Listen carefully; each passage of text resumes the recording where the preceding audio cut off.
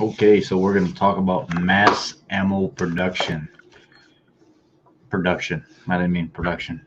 Mass ammo purchasing right now, and kind of like the situation that I'm in, where my address is not updated on my FOID card to match my driver's license, so I need to get in and change all that. And as long as I can change it on the computer and get a printout saying that it's been changed, then I can go to a firearm facility, a licensed distributor, and buy a firearm legally, registered firearm, and buy ammo and know, get the ball rolling with purchasing a home defense weapon or possibly a concealed carry weapon in the future. But tonight, when I got off work, I stopped by Gat Gun in Dundee, Illinois, and I was just wanted to know what the process was aside from updating your driver's license to match your home address, which I just did. And then I need to make sure that my FOID card matches my address on my driver's license, which that's all fine as long as you have the printout. The step that a lot of people don't understand, and this is where they screw up, is they'll try to update their address on their FOID card and they won't be able to follow through with the procedure properly without the driver's license matching. So the best practice to do, and I went through this already, is they clearly said you go to the DMV, you take your new lease and stuff with you. That's all they need. They don't really need anything else as long as the lease states your address and stuff on it. They will take your ID, they'll take the lease, they'll update everything, they'll give you your ID back. Then you go get your FOID card updated. And then when you print off that paperwork saying that it's been updated, the moment that you do it, you can take your FOID card and you can take your driver's license to the facility and you can purchase a firearm. I think there's a several day wait after you purchased it because they want to make sure everything clears and whatnot. But tonight I wanted to stop in there because I'm not getting through to the Illinois State Police very efficiently. And I was telling them, hey, I'm on the phone forever with the Illinois State Police. Nobody's picking up the phone. It says to call back after 5 o'clock because during regular hours it's too busy. I call back after 5 o'clock. Nobody's still picking up the phone. What's going on? And they said you could be calling a bad number. There's a lot of numbers that aren't very active and they just go right to answering machines in the Illinois State Police directory. So you have to know what to call. And I kind of walked through the store a little bit waiting for them to have more time to print off the directory for me. Hello.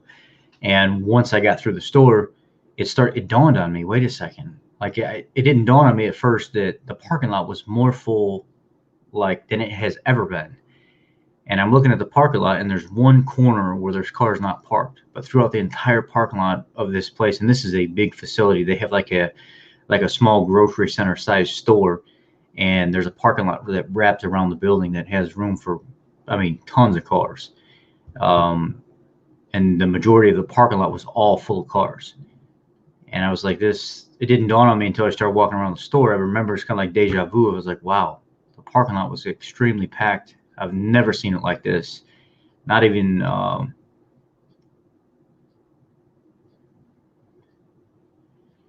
haven't really thought too much of the stock market stuff, to be honest with you. I know they say it's up one day and it's down one day, it's up one day, it's down one day. So we're just going to have to wait and see how this plays out and stuff stabilizes before we can really start getting worried about things. There's no reason to start worrying about stuff now until we see a stability pattern of the same thing happening every single day. So there's no real reason to start getting worked up over the stock market just yet. Like maybe a week or two from now, when we've seen how things are going and there's a consistent pattern of this type of trend, then maybe there's something to be worried about. But at this moment now, there's really no reason to get all worked up over it. I mean, they have people that are much higher than us that are looking at this and they're saying that, one day it's up, one day it's down, one day it's up, one day it's down. And you want to wait for a consistent pattern, maybe not exactly consistent every single day, but some similarities happening before you really start worrying about anything. And it's too early to start worrying about anything with the stock market right now. It's just too early for that. A lot of people will freak out and they're going to sell and they're going to think that they did the right thing. And then they'll find out 2 or 3 days later that they didn't do the right thing. And then they're going to kick their self. It'll be a mess. You just have to write it out and see what kind of consistency plays out. And that's just my thoughts on the stock market right now. But back to firearm purchasing, I'm walking around the store and I see the line going from the counter through the facility, across the ammo checkout and where you'd get your weapon and stuff, and then back up the door to going out. And every single person has multiple boxes of ammo in their hand. And I'm like, what the heck is going on? They're not going into the firing range. They're going the opposite direction. They're trying to get out of the store. And there was like so many people that had boxes with like brand new 9mm, brand new like small firearm concealed carry style weapons. There were guys in there with bags with their rifles and stuff that had run a few rounds through just to make sure everything's still good and they still had a decent shot, or maybe just to like sight things in and stuff real quick. And they were headed out buying more ammo on the way out. And I was like, what the heck is this, man? These people are really, really, really taking this to the extent of getting absolutely nutty with this. And maybe there's a reason for it. Maybe eventually things will turn, for the worst. We don't know what's going to happen. All I know is the more people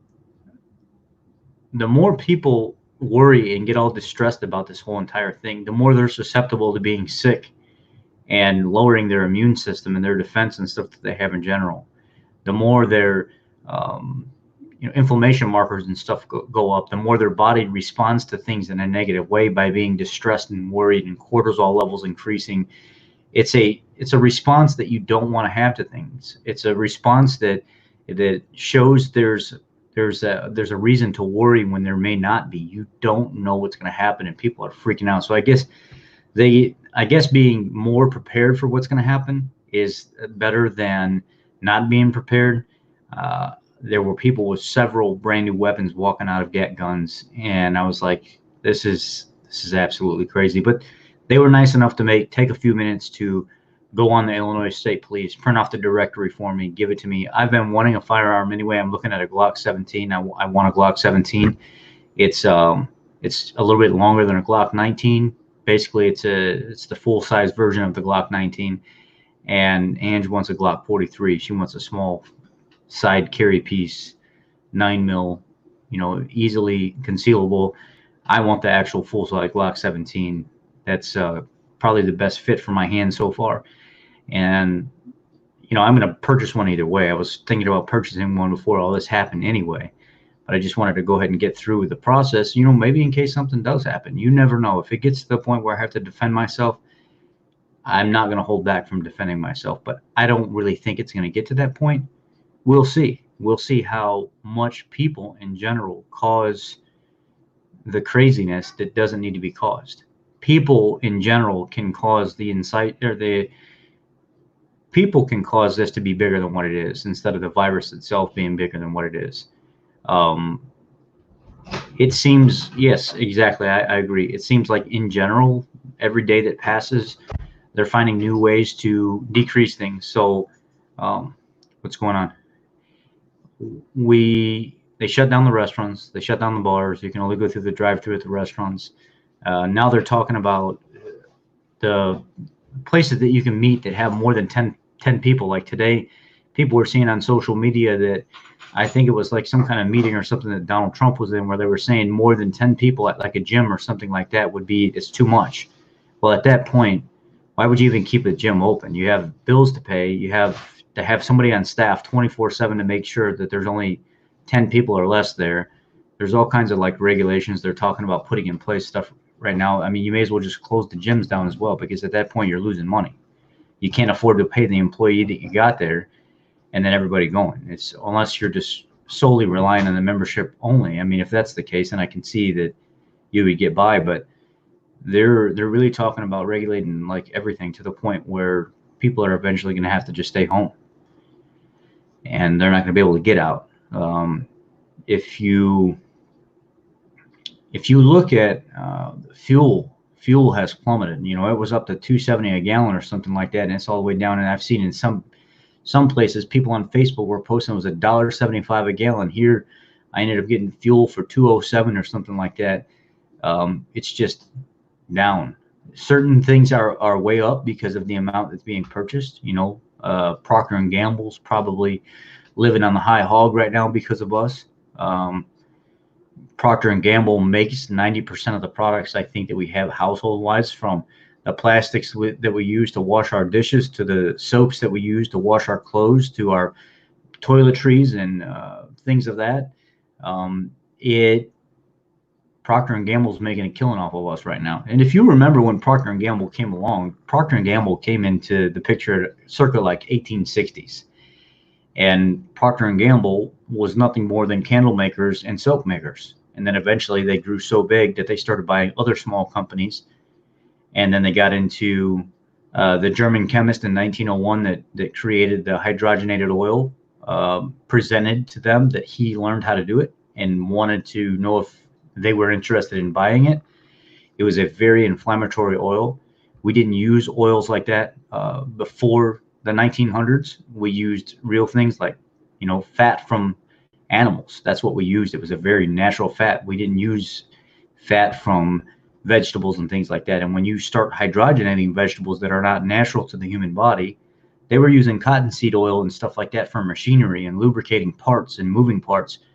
Well, Procter & Gamble bought into that in 1911, and they bought this guy's hydrogenated oil.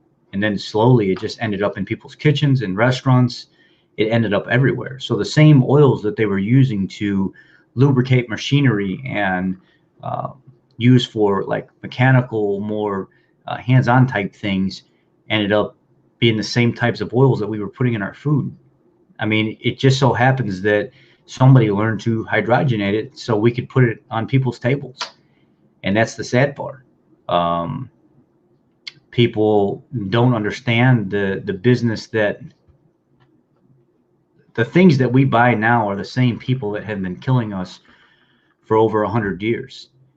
Procter & Gamble are the ones that started stuff like, I'm not saying exactly, but they started the types of potato chips and the Hostess cakes. I know it was Hostess, but they are the ones that started feeding into all that stuff. They're the ones that started buying into all that stuff and having that stuff made and buying out other companies that made that stuff and then making them bigger and bigger and bigger and more and mass producing more and more and more. Procter & Gamble were the same ones that fed money into the Dental Association that ended up switching from, I think it was like 1960, whenever they started to sway the the Dental Association to start recommending more. It was like Crest versus Colgate. When Colgate was out forever, that was the #1 toothpaste that you can use for dental hygiene. Well, when Procter & Gamble came in, they threw a couple $1 million into the Dental Association's pocket. Back then was probably like billions of dollars now. All of a sudden, the new recommendation is now Crest and not Colgate anymore. And I may have the names mixed up, but it was one versus the other. These are the same people that from the beginning of time have been feeding pharmaceutical companies to create food pyramids a certain way so they could have the spectrum flipped upside down to where grain products were thought of as the better product. Vegetables and fruits were thought of as the better products, and animal products got bumped all the way to the bottom to the point where our food pyramid was backwards. And a lot of people think that it's the medical facilities that did this when they're not even looking in the right place. It's the companies that create the foods that the medical facilities say that you should be eating that are paying the doctors to say this is how it should be done. So we're feeding in pandemics like this, the same company that has consistently made obese people become more obese since 1920, 1930, and consistently get worse. I mean, we went from a $40 million obesity epidemic in, circa 1940, 1950 to over like $1.6 trillion or something now in 2020. Feeding the very companies that continue to make the very products that we use every single day, the soaps that we use, the dishwashing stuff, the clothes washing detergents, the stuff you use in your bathroom, every single thing that in your house. Well, I'd probably say 70 to 80% of the stuff in your house is made by the very companies that have continued to make you sick and make us sick as a society for over 100, we'll just call it 100 years. And we're still feeding those companies. And it's hard because those companies pay sweatshops and stuff in China to make all of our products. Those companies pay these other countries to make all these products dirt cheap, not paying their employees. We have some facilities open here, some factories open here in the United States. There's a Procter & Gamble facility down outside of Alexandria, Louisiana. And every time I would drive through the little town, I could smell the soap that they're making, all the different types of soaps and chemicals in the air. You could just smell it. And a lot of people, oh, that's so fresh. only if you knew the history behind that company in general, only if you knew the amount of millions and billions of dollars that they have tied into different funding and accounts and stuff overseas with the war and things being made during wartime and everything else, you would wake up and learn to live a little different if you just understood the magnitude of the amount of money that companies like that pump into society in general to keep people sick, to keep people buying their products, to keep people reliant on them. A lot of people don't understand that. A lot of people don't see the history. They want to blame it on the doctors. They want to blame it on the pharmaceutical companies. They want to blame it on somebody else other than them when they're looking at the wrong people altogether. These people that are paying these medical colleges that train these doctors and stuff like that are these big multi-billion-dollar companies that are pumping the money into society, that are paying for these schools to train these doctors and stuff a specific way. But yet we sit back and we don't want to learn history. We don't want to learn what's happened. We don't want to learn who the superpowers are and where the money comes from. Ultimately, at the end of the day, it's not the medical facilities. It's not the doctors and stuff that have chosen to do this stuff. It's the types of people that are funding these facilities and these big organizations and these government facilities that make them do and say the things that they do. There's a reason why certain lobbyists push so hard for certain laws and regulations and things like that when others don't. It's because money's involved. And when you have big companies like Procter & Gamble funding and pushing millions, if not billions of dollars into society in general, and everything in your household becomes a product of their production, what else are you going to do? There's only one way to live. That's either you rebel and learn to live a little less and have a little less and not put so much into the cacophony of society in general, the madness, or you concede and you start enjoying the same Tides and detergents and Little Debbie cakes and Cheerios and cornflakes and stuff like everybody else, the same products that have been keeping children sick and keeping autism going, the different dyes and stuff that are put in products that people don't realize lead to some of the triggering events of ADHD and things like that. These people don't care about you. They care about money at the end of the day. And as long as they can continue to fund things in society to keep you sick, to keep this madness going, to keep these mass hysteria phases and stuff going, especially times like this where we have a pandemic where a virus is spreading all over the world, these people are the very people that are going to keep you reliant on them. How many people went out and bought tons and tons, dozens of packs of toilet paper and soaps and sanitizers and everything else? How many of you didn't even know that the sanitizers that you're using, unless they're like 60 to 70% or more in alcohol content, you're not really doing anything. You're barely able to touch the surface of certain viruses and bacteria. I flipped over 2 bottles of hand sanitizer that I had. One of them had 40% alcohol and the other one had 50% alcohol. Luckily, Angie had one for me that had 70% alcohol. I took that to work just to be safe, just to be cautious, just to say that I did it for the customers and stuff like that that come in. I have to work on their vehicles.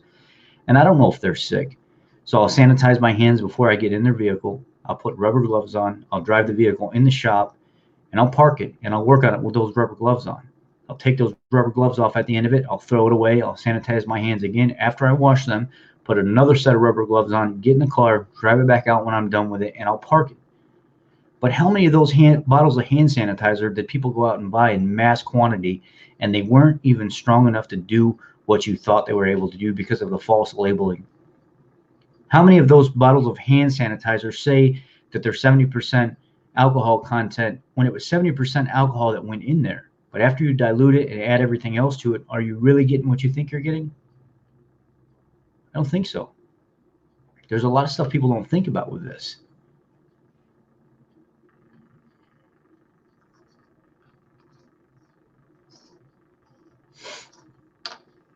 Sorry, I kind of I completely zoned out and I was not paying attention to the comments. So I'm going to check the comments real quick and then I'm going to go back into my train of thought. So the colleges closed, the schools closed, the bars closed, the restaurants closed, there's everything is closed. They're starting to shut everything down slowly, and a lot of people, they're not even really paying attention to what's going on. They're just freaking out. You know, how many people? Why did the whole toilet paper thing happen anyway? You know, the virus is not shown to give people diarrhea. It hasn't shown anybody. Nobody's talked about cases of this virus causing people to have diarrhea. And how many people actually thought of, you know, old school back in the day? What did people do? You know, they warmed up a washcloth, they wiped their ass, they cleaned the washcloth off, they soap and water washed it, and they hung it up to dry. When they had to go back in there, they did it again. And they would just keep cleaning it out. There was toilet paper and stuff. I mean, you used leaves. I mean, you used rags. You used a piece of clothing. For God's sake, we put cloth diapers on babies, and then we clean them out, and then we put them back on them again. Are you not good enough to do that to yourself, but you're good enough to do that to your baby? I mean, what's this whole thing with the toilet paper? I heard one situation where somebody was explaining it as whenever this started happening back in November, December-ish, that they told the people in Wuhan, China or whatever, that it may be an effect of diarrhea or something to that extent. And because people were going out and buying all the toiletries and stuff then, it was kind of a trend that was started then, and it kind of trickled down, and that's what happened now. Now, to know whether or not that is the case, why we're doing it now, and because of what happened then, and diarrhea being an effect of the virus, was not something that people were even complaining about. It's not even a symptom that people were saying that they got, from my knowledge. I think that some of that toilet paper stuff had to do with just bad information being put out then, because when you have the flu, a lot of people get diarrhea. When you have the flu, a lot of people get the aches and the pains and stuff like that, and throwing up or whatever it is. But they're not saying so much with this. They're saying that it's more of a, you can go a period of time with no symptoms at all, and then all of a sudden you've got this like 103.5 fever, and it could last for 8, 10, 12 hours. Some people are saying they're over it within 8 hours, and then, you know, they just keep hydrating, and then you get a little lethargy afterwards and you're fine. But some people are saying that it's so bad that, you know, it's killing people. So it depends on what strain of the virus you get, from what I understand. Look at the celebrity today that was on the news. They said that he said he has it, but he's not showing any symptoms. And the only reason he thought of getting checked was because he was with somebody previously at an event or a public place where they actually found out they had it via the symptoms that they had. So he got tested, and he did test positive for it, but he was showing no signs of it. He had no fever, no nothing. But he said, I'm going to do the right thing, and I'm going to quarantine myself anyway. I just, you know, this is odd. This is really odd that you would get it but not show symptom, asymptomatic. And I don't know. It's kind of hard to pinpoint how this whole thing's going. People are showing a lot of craziness right now, but then there are a lot of people that are showing a lot of positivity and saying, look, I'm going to stay anchored. I'm not going to freak out, because I know if I get freaked out, it's going to make the situation worse. It's just something that most people shouldn't be really overreacting about. I wish that I would have got this whole FOID card thing taken care of sooner, so I could have went out and bought my pistol and ammo and stuff ahead of time, just for the simple fact that I want to be able to protect my home. And because I want to protect my home, I have the inability to do that right now because of this whole legality with me getting my FOID card address updated. But I'm going to be sure to try to take care of that every step of the way tomorrow, so I can get ahead of this and be able to protect my house. I will have a firearm at my home just for any kind of crazy people that try to do anything. But again, I don't think it's going to get to that. There are certain people that are just overreactive to the whole situation. They are worried about it, and they live in an apartment complex that have multiple entries. You got to get through the outside door, and then you got to get through the door to the apartment. So there's multiple security features in place, and you have to be able to get through that stuff.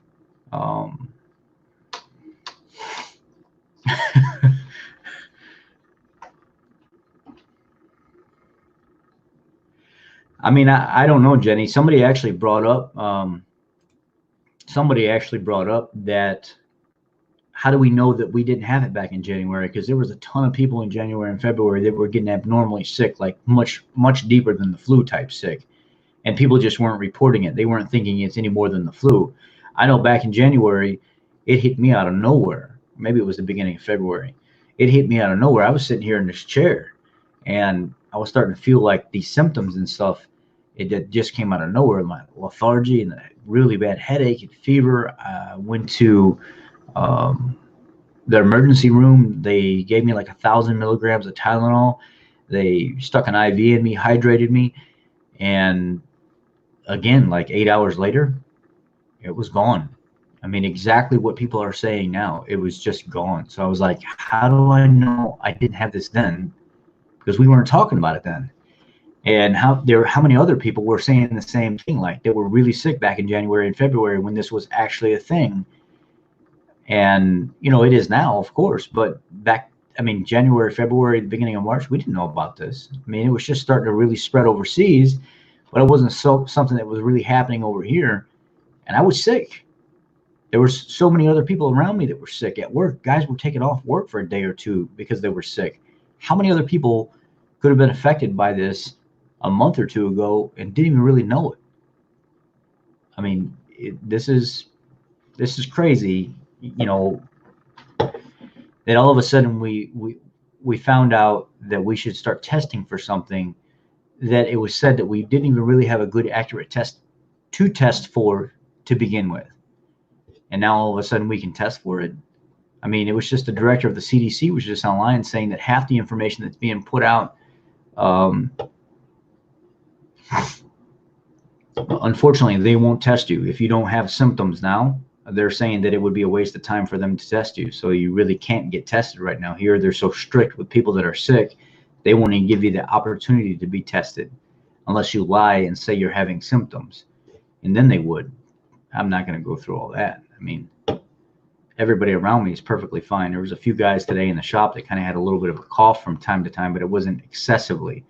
They say one of the ways that you can test for it without having symptoms up front is you take a real deep breath and you hold it for about 10-15 seconds. So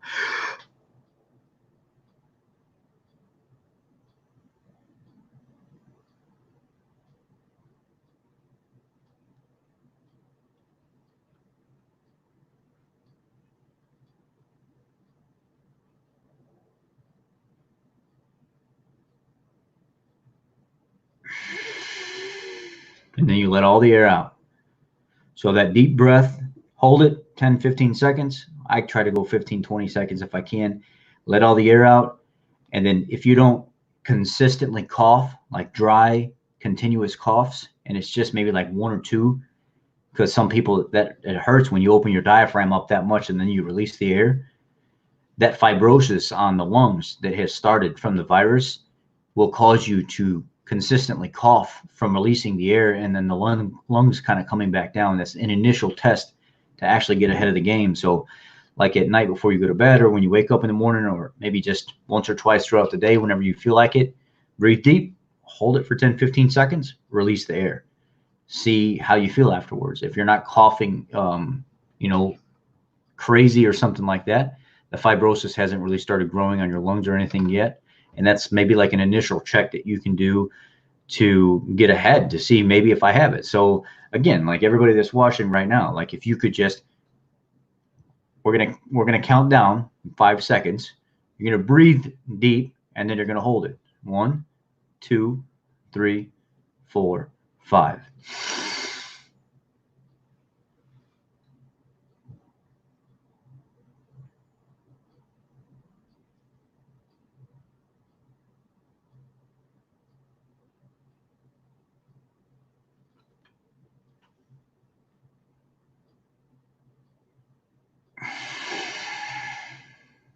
And then let it go. If you don't feel like pain and you're consistently coughing after that, that's one of the initial checks that you can do to kind of see, maybe I think that I was around some people that were sick. Let me see if potentially something could be an issue with me. And you can get ahead of that. If the lungs feel good, if they collapse real nice, if you start going back to breathing normal, there's no consistent cough after that, and you feel completely fine, you'll feel that little pressure, and then it'll, as your lungs come down, it'll kind of feel like a little pressure, like a little stretch has been released, and then you'll go right back to normal. Some people that are showing symptoms of the coronavirus, they will try that and then they'll cough consistently just over and over and over again. And it takes a little bit for it to go away, and it hurts kind of bad. And that's where that fibrosis has really started building up on the lungs. It's kind of like an initial check that you can do.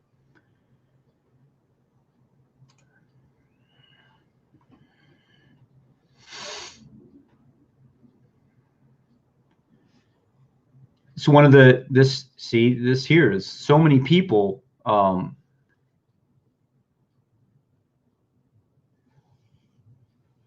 No, but let me put this up on the screen here. Blank name. I just got here. Did you ever read the article that seems to show strong correlation between HbA1c and the infection risk mortality? Somebody on Dave Feldman's group on the Lean Mass Hyper Responder group on Facebook had brought up, have you started looking at the correlation between people getting the coronavirus and the very large like LDL, HDL, triglyceride numbers? Have you started doing any kind of studying to see how it's affecting those people that are these lean body mass hyper responders that have abnormally large cholesterol levels or abnormal cholesterol levels to, you know, the general statistics of society? Have you started looking at that to see how it's affecting them? But I didn't look at, there's no article that I've seen that was in reference to HbA1c. I know my HbA1c is 4.9. I know a lot of people that are probably in that 4.9, 5.2 range that are pretty good overall. But I know there's consistently quite a few people on my keto carnivore group that are up, you know, over 6.2, something like that. And it's just a consistent thing that I think healthier people in general, or people that have more normal numbers from what I'm saying, can handle these things better. But I don't even know, I can't even speak about that. I can't speak about the HbA1c. If you share the article with me here, I'll click on it and we can go through and look at it. But I'm thinking that the healthier you are, probably the better off you are.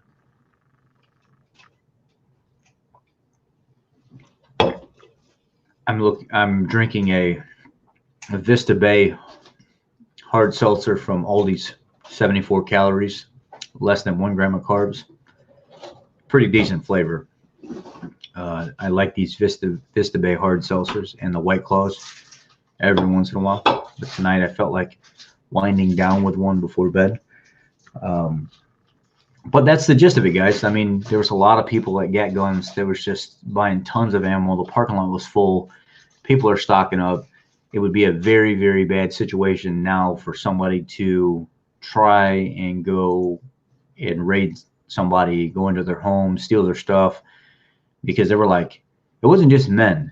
For every man, probably for every 2 men, there was at least 1 woman. There was quite a few women that were buying weapons and ammo in there as well. So it was like no joke. It was pretty scary seeing these people standing around. Just like, one guy was actually almost getting into an argument with the guy that was like passing out the ammo. He's like, why can't I have more than 5 boxes? And he was like, look, that's just we're selling too much right now. We got to be able to give ammo to everybody. And that's what you're going to get is 5 boxes, and that's it. Well, he's like, well, why can't I buy 5 boxes and then I'll just buy 5 boxes of another kind? He said, no, you're buying 5 boxes and you're leaving. That's what it is. You're either going to buy 5 boxes or you're not going to buy anything. So, no, Ange didn't get sick when I was sick, but they did have an episode a couple weeks ago. Ange.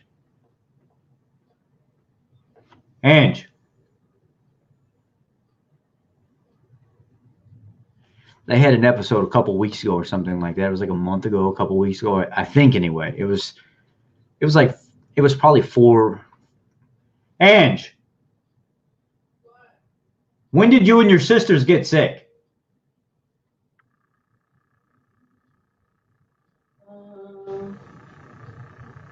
In February. Was it? Do you think it was because of someplace you ate or what? No, we got sick from our nephew. He was sick the week before. The baby? Is that when you guys went to St. Louis? No, that was the last time they were here. And how old is he? 7 months. So their nephew came in from St. Louis, and he was sick when he came here. And all the girls that were hanging around the baby, they were like babysitting him, taking care of him, holding him, move, kind of doing the whole auntie thing or whatever. Um, all the girls got sick, and they're, I don't know, what is your sister, what, 19 to 30, and there's three of them. So I don't know how many other people outside of them were sick, but they got sick for a little while. My cousin Adam. Hey, wait a second. That's not the only time though, because on your birthday. That's when he was in. Oh, because you were like you were fine, and then all of a sudden. Remember, I took that Friday off to hang out with him. Yeah, and then you were fine Saturday, and then Sunday when you woke up, my stomach was upset. You looked like complete dog shit, and your stomach was upset, and the party pooper over here didn't want to go to the Brazilian steakhouse place and stay home instead. Yeah, she was pretty sick to turn that down. I mean, it came out of nowhere. But then your sisters were sick as well? My sisters, my mom, my aunt, my uncle. So the aunt, uncle, sisters, mom, you. Cousin. My cousin Adam was sick. Your cousin. All because of their baby. Mm-hmm. Wow. But you know what? I do it all over again. I know. I'm not, we don't got to go there. I'm just talking about the sickness to kind of like figure out. Yeah, I get it. I get it. You love him. But the baby gave them all coronavirus. Oh, shut up. No, the baby didn't give them all coronavirus, but the baby was sick and they all got sick. And then back in like the end of January, I got sick. It came out of nowhere and was gone within a day or two. I'm like literally a day and a half, 2 days, it was gone. And normally when I get the flu, it'll linger for 3, 4, 5 days. I'll be down. I mean, like almost to the point where I can't even go to work. It'll take me forever to get over this. But not this time. This time it was like really freaking bad, like 10 times worse than I've ever felt, and then gone within a day or two. Just done. I was completely okay. And I was like, this is so freaking weird, man. The just vomiting, projectile vomiting, and then just gone. So I wouldn't doubt if I didn't have it. Honestly, I would not doubt if I didn't have it. But they're saying now that if you don't have symptoms and stuff of it, there's nothing you can do. They're not even going to take you to hospitals to test you because there are so many people that do have symptoms of it. I don't know. Nobody at work is sick from it. The people around me aren't sick from it right now. Nobody. So, I mean, I don't know. You don't know with these things. There's nothing that you can do about it. I mean, you voluntarily keep yourself at home for something that happened 2 months ago. I mean, it's not logical. They're not going to let everyone. And plus, how many times have I been to the doctor then? I went to my VA check where they did all my blood work. I went in for the finger thing where they cut the finger and I had to go to the hospital and stuff like that. And I had to get the medication and stuff. They give me, all the antibiotics and stuff like that for the infection, the tetanus shot. So there's like so much stuff that happened since then that could have done something to whatever I had to clear it out of my body.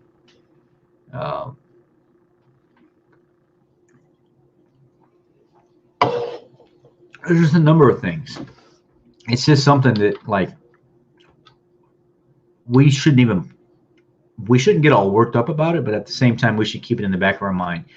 Do the things that are pretty much common sense to just mitigate the chances of you getting something. Wash your hands, wash your ass, wear clean clothes, get good sleep, eat decent food. If you can go to work, go to work. That's it. If you're sick, if you feel like there's any kind of flu-like symptom or anything at all, stay home. Just stay home. Employers are like, please don't come in.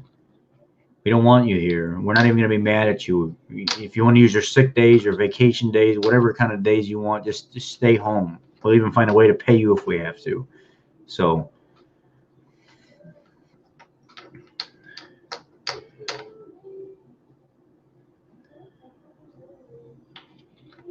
yeah, exactly. Let me add this on here.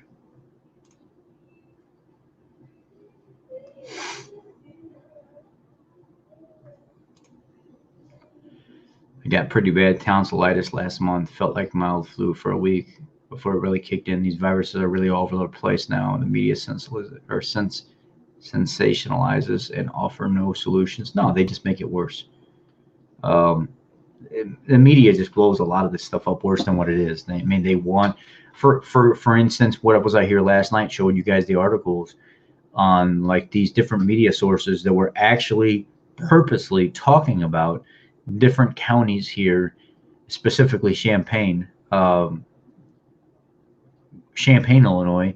They were saying that the mayor was going to take away people's guns and alcohol and ban and probably shut their water and their electricity down and everything else. And then you actually go to the facts and you actually pull up the code paper that was created for the situation at hand, and it had nothing to do with what was being.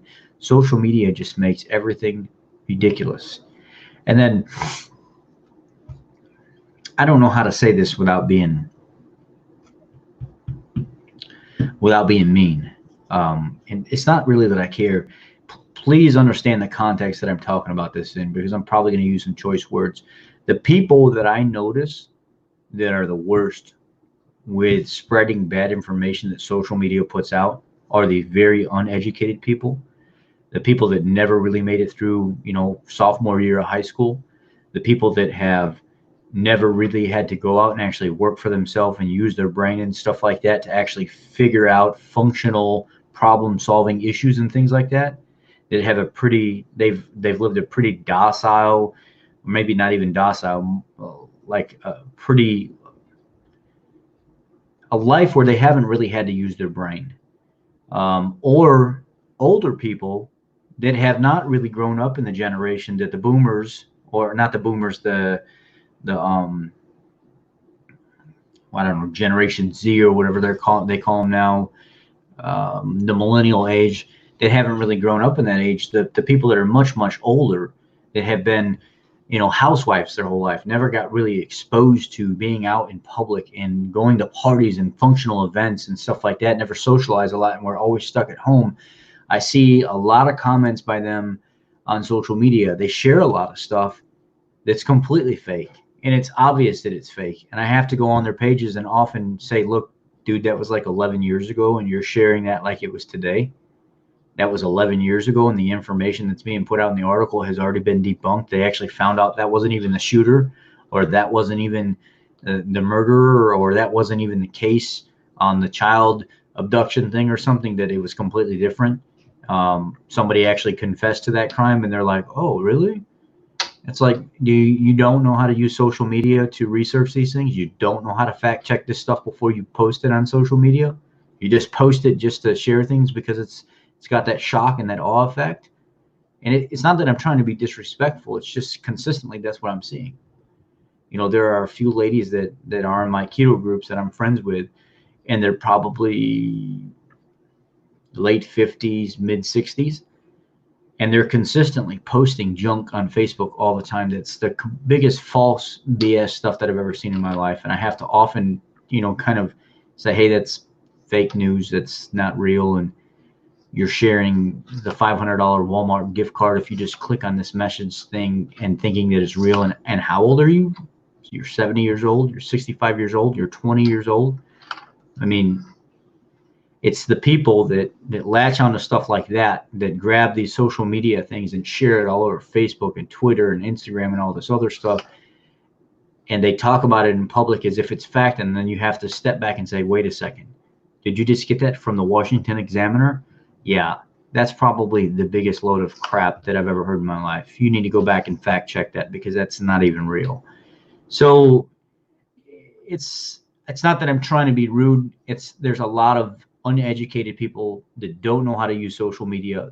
Some people are older in their age that get really worried by things. They get really worked up. They don't know how to fact check stuff. They just want to share it as fast as possible because it shocks them and it worries them. And if we just had a little bit more emphasis on actually putting into researching things, looking at things, educating yourself about them before you go spread bad information, it would be a lot better than what it is now in society. But we don't have people that do that. And again, it's not that I'm trying to be rude. It's just that's my own opinion, my own personal opinion on what I see and what I deal with, because You guys see me on here sometimes with 10 people, with 40 people, with 100 people. Sometimes I don't have no people watching me.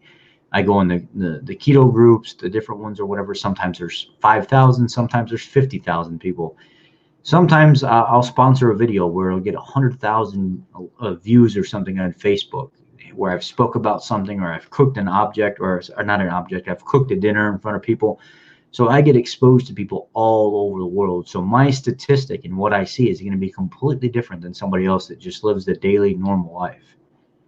I have to deal with keyboard warriors. I have to deal with opinions coming from every independent parties, the Democratic Party, the Republican Party, the LGBTQTRS, NOPQRS, TUV, and all this other. I have to deal with all that because people is offended by something that I said, or they don't like something I said, or they want me to change something that I said. So I get to see these things from all these different angles, and it's consistently the same group of people that I see not educating themselves and trying to learn how to fact check a lot of this stuff before they spread it all over social media and make things 10 times worse than what it has to be.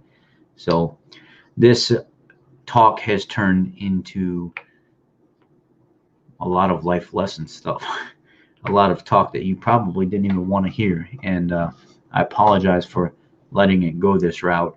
I wanted to pretty much stay on topic, but there were so many other important things that popped up and different points that people brought up that I wanted to talk about. And I just thank you all for being here. I really do. Just be safe. Protect your home. Wash your ass. Wash your clothes. Do what you got to do to be clean about things. And that's it. All I can say is that's all you can do. Don't if you know elderly people around you or whatever that needs something, or you got a family member or something that needs something, you haven't checked up on them in a while, do so. Check up with them, see how they're doing. Right now, with them cutting hours and stuff at people's jobs, the fast food jobs, the bars, these are jobs where people pay their bills. This is people's livelihood, regardless of how small or how big it is, regardless if you're a dishwasher or you're a general manager. This is how people pay their bills. So realize that people's hours are probably going to get cut. Some people are probably not going to be allowed to come to work. Check in on those people. If you got a few extra bucks, some extra food or something like that, maybe call up your aunt, your friend, your uncle, whoever it is, your mom, your dad, and say, hey, do you need anything? Do you got everything you need? We got some extra supplies that I'd like to give you if you need something. Check up on those people. And if you see something at the store, where maybe a local store or something like that, if they're consistently sold out of something, maybe I saw a good idea on Facebook. You could approach the general manager of that store and say, maybe you could do something from like 7 to 8 o'clock in the morning, or from 8 to 9 in the morning, where you let the elderly folks come in first and you let them do their shopping and stuff like that, so they can get the items and stuff that they need. They're not very fast. They're only going to probably get the things that they can carry, which is not very much, but at least you're giving them a chance to do some of their shopping, instead of all the younger folks going in there and grabbing everything and then leaving nothing for them, and then they're panicking and freaking out. There's just an elderly couple that came into CVS right before me and Ange went in the other night, and they went in to get some toilet paper and paper towels, and they were able to get one roll of paper towels that was limited to, and there was no toilet paper at all, and they were literally freaking out because they didn't know that this was even going on to the extent that it is, because they're more homebodies. They don't get out so much. So keep in mind, there are other people besides us as well.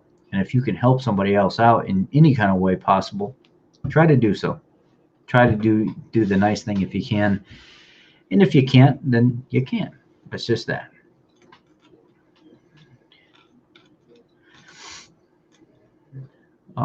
Government is going to have to come in with food stamps forever. And I think this is Bob always gets me with the picture.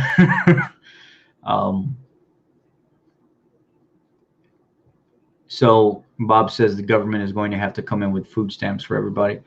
I don't know that they're going to have to come in with food stamps for everybody, but I do think that you're right. I do think there are a big majority of people that are going to benefit from that big time because of the situation.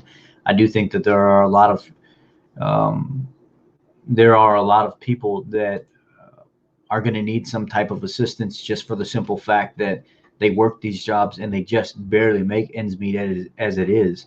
So if you're going to tell them they can't go to work, you're going to have to work on something immediately by saying, hey, look, if you can't go to work, then you need to be able to contact the employer and say this person is at home and they do actively work for me.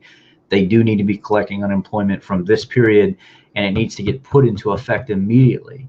So that person at least has money at a decent amount of time expedited by the employer vouching for that person working for them. So they start racking up that daily accruance.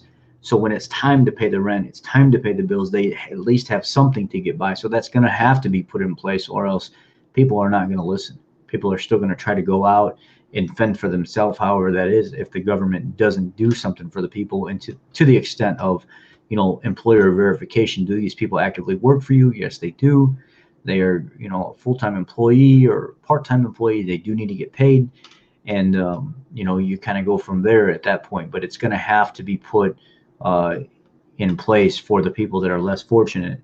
So me and Ange went out and we done a bunch of shopping for her sisters and her mom so they could have, enough supplies at the house. We went out and got them some cleaning supplies, some some dry goods and stuff. They don't eat keto. So, we got them like rice and stuff to make tortillas and things like that. Like, 6 pounds of hamburger meat, a bunch of like pasta and stuff that's all the junk that they eat. So, you buy them what they typically eat. I'm not going to put a restriction on somebody if they're just asking for a little help, food wise. If that's what they want, that's what they're going to get.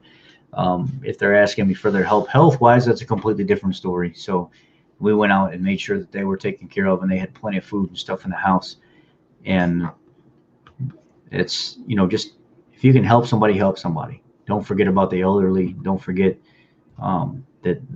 that they're not able to fend for themselves. And normally, they do have somebody to take care of them, and hopefully they're doing their job by going out and shopping for these people accordingly.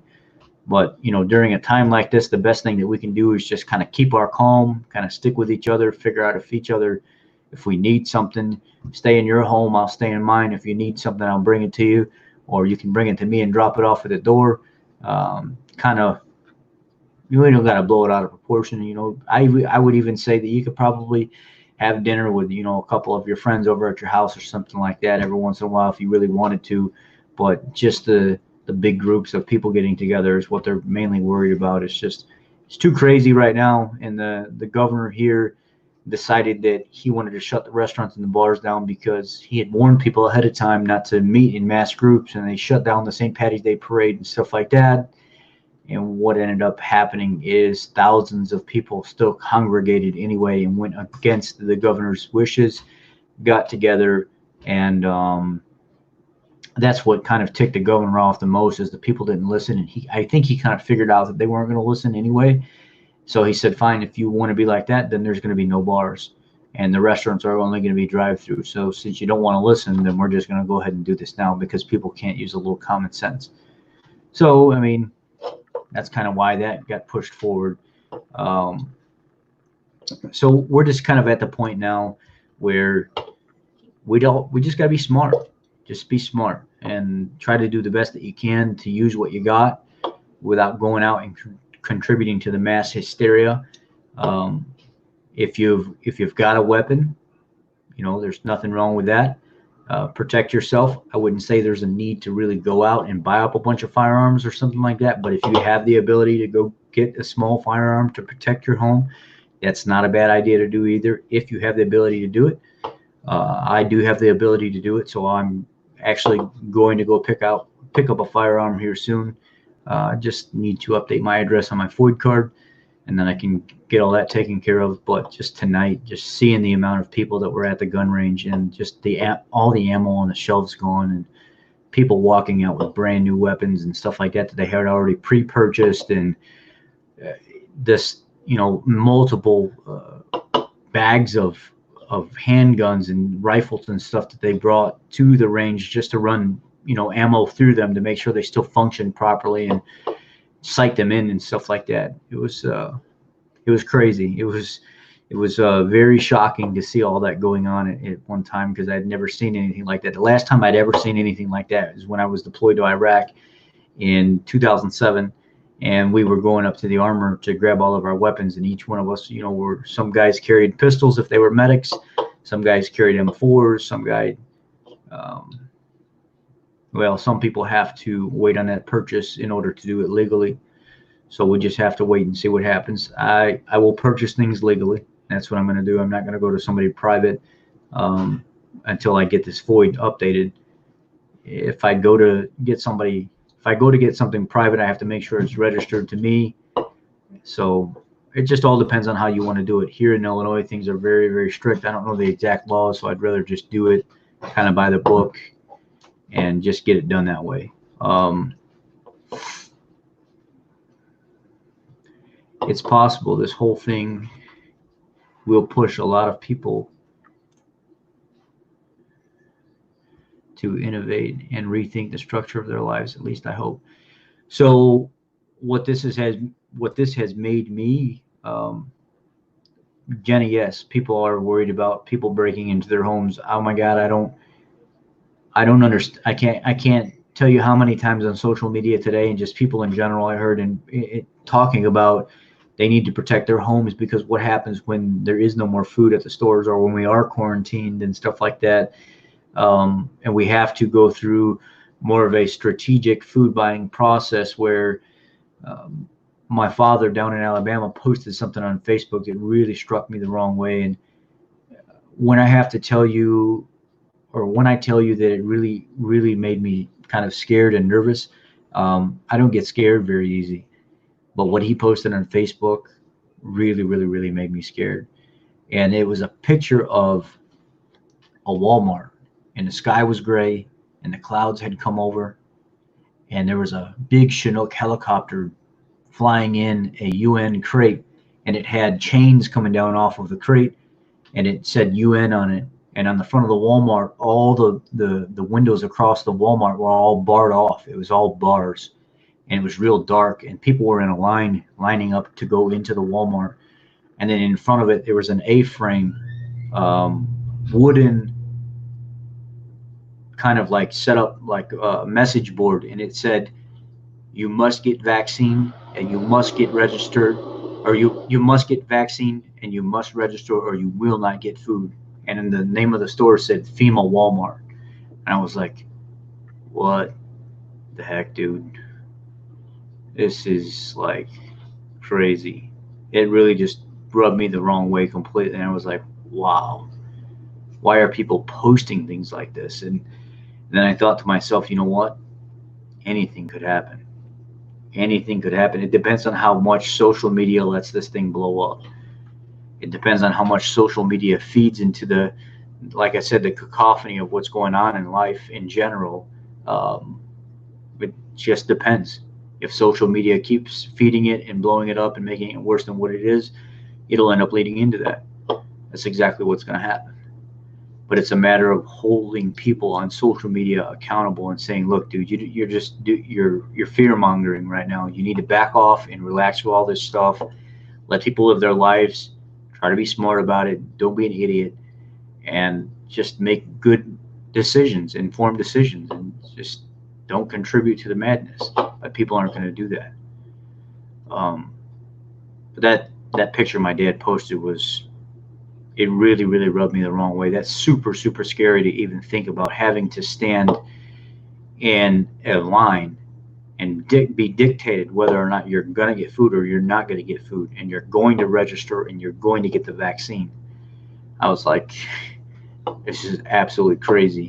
And then the new videos popping up of, there was that doctor, he was like a professor and a doctor, and he was standing up in front of a college class, and he was like, think about when all this happened. Think about the first town or the first city that was infected by this. What happened in that city? Wuhan was the first city. I think I can screen share this with you. This is just interesting. I'll screen share this with you, and then we'll see what happens from there. I'll actually go back and screen share it now so you can see what I'm doing. And this is kind of propaganda. Maybe I shouldn't even do this. I don't even know if I should do this. I don't know. Should I do this or not do this?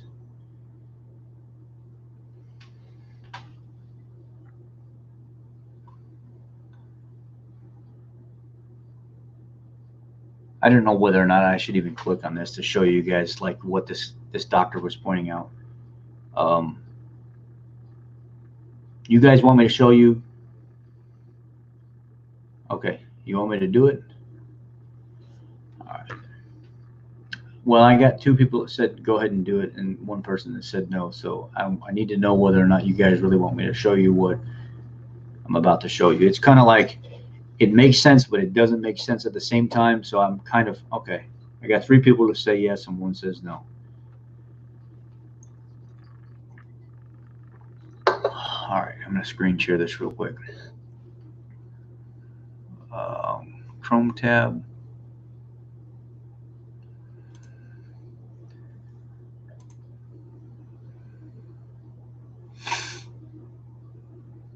I don't know if I should do your entire screen or if I should do,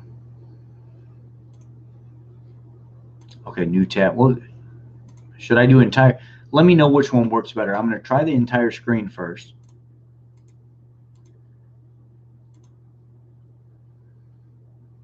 Is that not good? Because if that's not good, I'm not going to do, I'll use a different screen.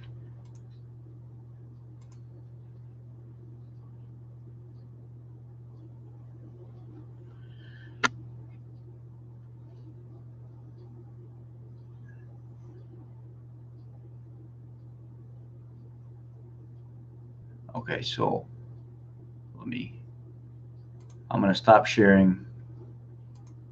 I'm going to go here, share screen, Chrome tab, new tab, share.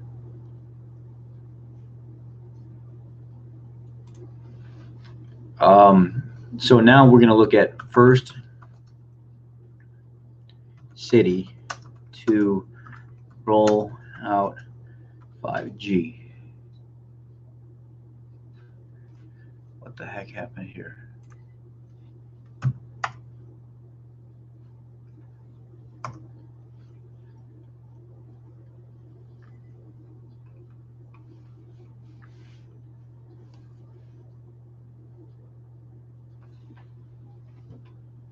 So if you look here, China begins 5G national rollout in October. What ended up happening in October? What ended up happening when everything started falling apart? October, November is exactly when this started becoming a thing. And then by December, it was full blown. People were getting sick all over the place. So China started rolling out 5G in October. And then if you look here,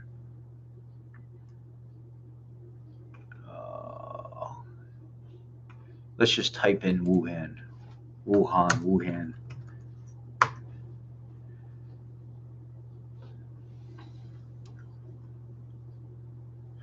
See fullfact.org.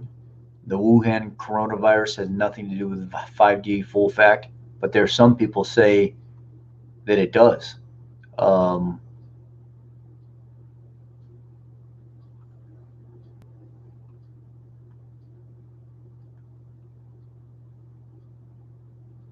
Here's another one, the Houston Chronicles, that say don't fall for the coronavirus 5G syndrome hoax on Wuhan and China Central. There's a video. I'll try to find the video real quick. There's a professor that talks about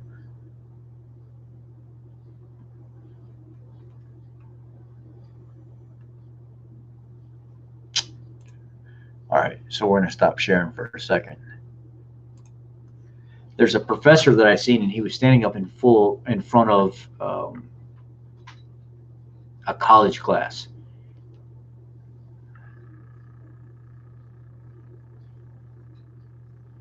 "5G may be dangerous, but China sneak attacked global economies." Well, I get that, guys, but what I'm trying to do here is I'm trying to share ideas with you. I'm not even saying that this is what happened. What I'm trying to say is, depending on the person that you're getting the information from, depending on who and how they're presenting it, it can be very realistic to you, or it can be very believable. And there was a doctor that was talking about 5G, and he was talking about the amount of radiation that's in the air when data is being transmitted and stuff like that. And with 5G, you're going to have stuff that's being transmitted consistently all the time. and it's just too much radiation. And he was talking about how cells have axes that they're balanced on. When there's so much radiation kind of penetrating the body and stuff all the time, those cells start to do funny things. They start to separate water. They start to come off their ideal balance of axis. And there's little foreign bodies that start to actually jet out of them, like little viruses that start to spur and grow off of them. And you can transmit these viruses based on the type of reaction your body's having to this particular condition. And he went into the complete science behind it and how cells react to radiation and stuff. And he was even saying himself, I'm not saying this is exactly what happened, but I am letting you know the same time frame that all this was going on, this could have exacerbated the condition. This could have made it worse. So maybe the virus started to be spread by then. But then when you have 5G released across this whole entire city while this virus is being spread, and nobody actually consistently knows what happened. Some people are saying it's from bats. Some people are saying it's from pigs. Some people are saying it's from kennel cough. Some people are saying it's from animals in a meat market. Nobody knows. There's too many stories going around all over the place, but we know it came from there. That's what we think anyway, or that's what at least I think social media says. And then you have this more radiation type effect that's going on top of this virus being spread. So it only makes sense why it traveled so fast over there, so quick, and there were so many people dying up front, because now you have this database, this 5G database, that this constant radiation that's all over the place all the time in this city that a virus is infecting, and your probably immunity is compromised. You're probably having a really hard time reacting to this and trying to heal from it, especially in the condition that you're in, seeing that you have this new technology that's being released and this radiation that's being emitted all over the place. So it just all depends. It all depends on how you look at it, how you react to things, what you think.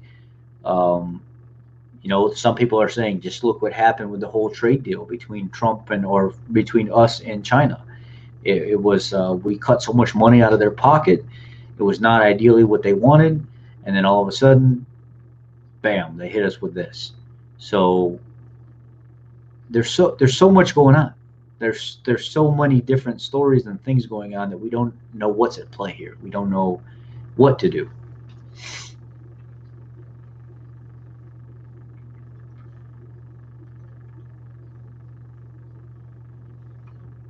So Russ said 5G may be dangerous, but China sneak attacked global economies, all while Western nations were oblivious of impending doom. Some people are saying that while all this was going on and people were getting sick unknowingly in the beginning, as early as October, why did Bill Gates talk about there was like a media message that was put up about Bill Gates talking in one of his seminars or his talks about the coronavirus? Then all of a sudden people are getting sick. And then now all of a sudden when Trump does his national talk on the importance of the pandemic that's at hand, Bill Gates and other officials want to step down from the Microsoft board of directors. Now all of a sudden Bill Gates wants to follow a path of pathology research when he already ran some kind of virus research study foundation thing or something previously, or he still does. I mean, there's just so many different things going on right now. It's like unbelievable with social media.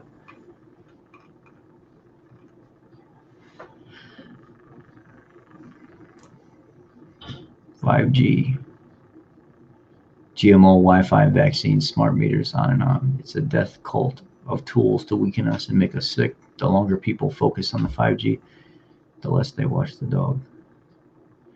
I mean, I get what you're saying, but if we just consistently listen to only one thing, I mean, I agree with you.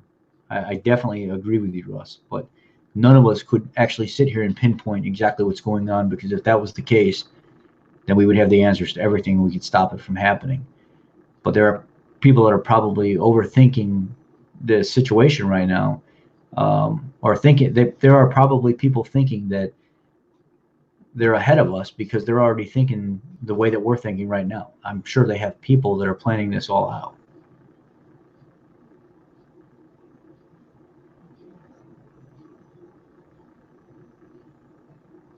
Nobody's really focusing on the 5G as much as that's just the topic that I wanted to bring up. So there's so much more that we could talk about other than just 5G. It's one of the things that I've seen pop up over the last week that has been brought up by a couple people from time to time, but it's never really been a huge topic. So I don't want to have this conversation get totally pulled into the 5G thing. I think some of it's bullshit, and I think some of it's true. I don't think that the amount of radiation that could take a video from 6 or 7 minutes of being downloaded to what we have now to 60 seconds is probably all that healthy for us to begin with. I mean, that's a lot of data transfer, and that's something that we're not even used to.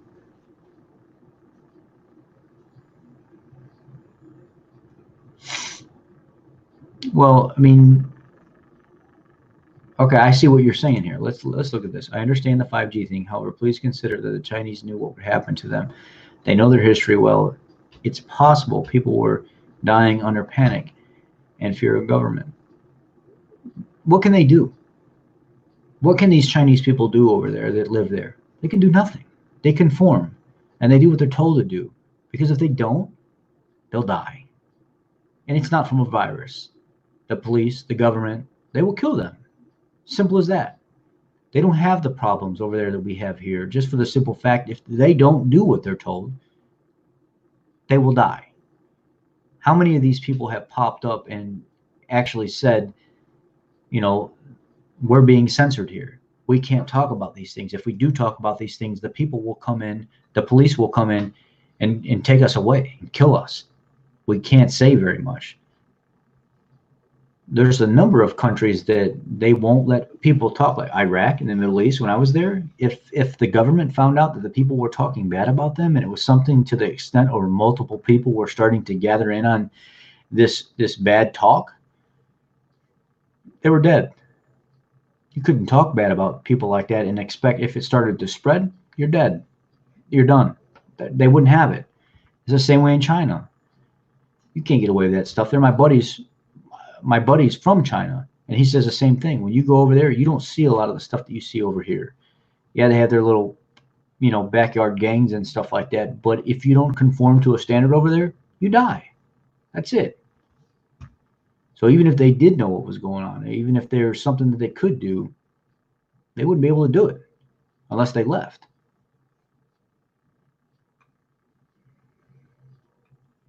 Who's the lady that was crying on camera that was saying, I want to be able to talk to you guys. I want to be able to tell you what's going on. I want to be able to tell you all these things, but I live my life every day in fear because I'm controlled. I can't openly talk. They're going to kill me if I talk about things. The government over there is what's at the hand of most of the people being sick. They can't say anything without fear of the police coming to their home and taking them and killing them. And then you see all the videos and stuff over there recently, the live footage and stuff of the police attacking the people that are in the streets because they're not conforming to their standards. They're not staying at home. They're trying to get out. They're with their loved ones. They're beating the hell out of them on the streets and stuff like that just to get them to stay put and stop moving. I mean, they look like they're trained to do whatever they're told to do and not have any feelings involved in the middle of it at all.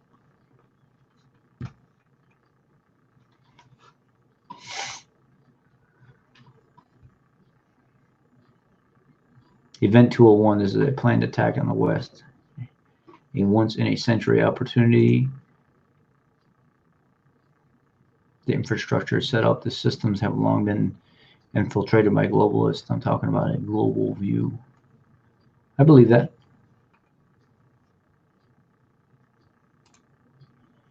Italy said no refugees. America said no globalism. UK said no EU. Iran said no to the UN. China is the model of a perfect society according to each one of the multinational corporations. We could sit here and banter back and forth all we want. The only way that at the end of the day, when all the cards are laid out on the table, The only way that we're going to get anything done anywhere is by standing together as a people. The only way that we will ever be more than what we're dealing with now is if the people come together and overthrow the government. And there's going to be deaths. People are going to have, it's going to be a revolution. And that's the only way at the end of the day when it comes down to it, to make sure that people are looking out for people and it's not the government that's trying to screw the people.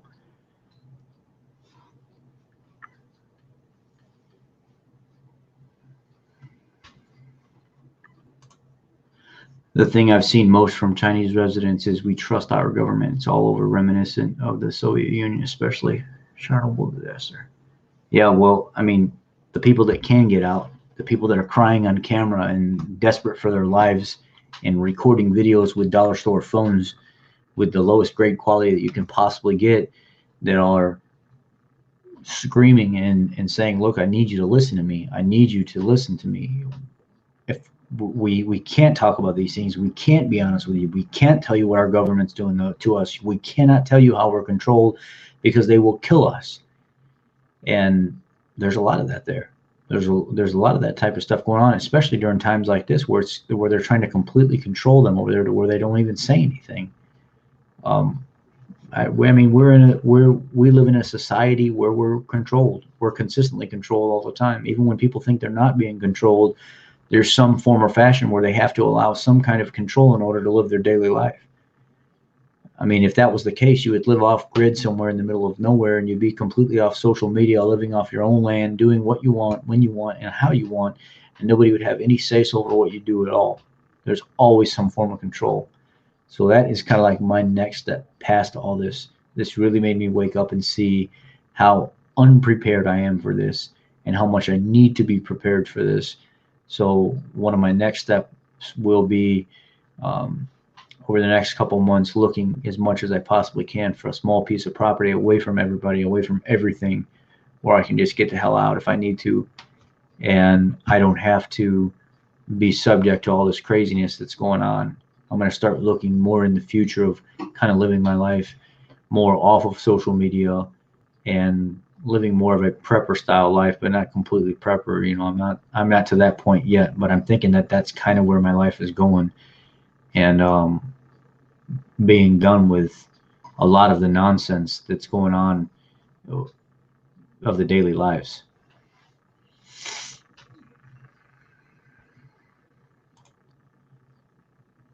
I mean, Chinese people are deathly afraid of their government, because their government will do whatever the hell they want to do to them, and there's nothing that they can do about it.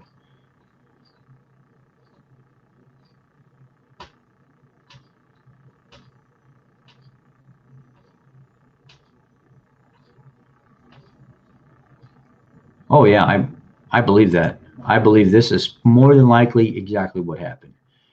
Because when you look back, I think there was like articles that I was reading saying that they had strands of the virus as far back as the 80s, where there was like a 200 strand virus that they were building back then, and I think it's up to like a 900 strand virus or something like that now. And they were talking about how it was a lab controlled virus. It was something that they made in a lab. And a lot of people are saying exactly what you did, that the virus was probably spread by bats via this lab experiment. Regardless of how it was done, that's exactly what they think happened.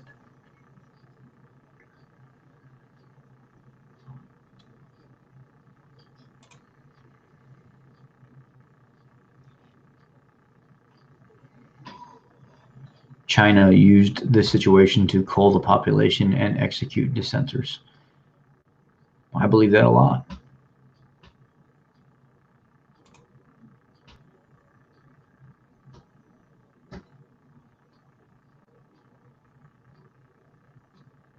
I mean, I went and looked at really graceful. I try not to get really tied up into a lot of these things, and I understand these people have a good point, and they want to relay a message. But also, I think it's important for me to distance myself from a lot of that stuff, because there's so many people out there that have good points about things. Um,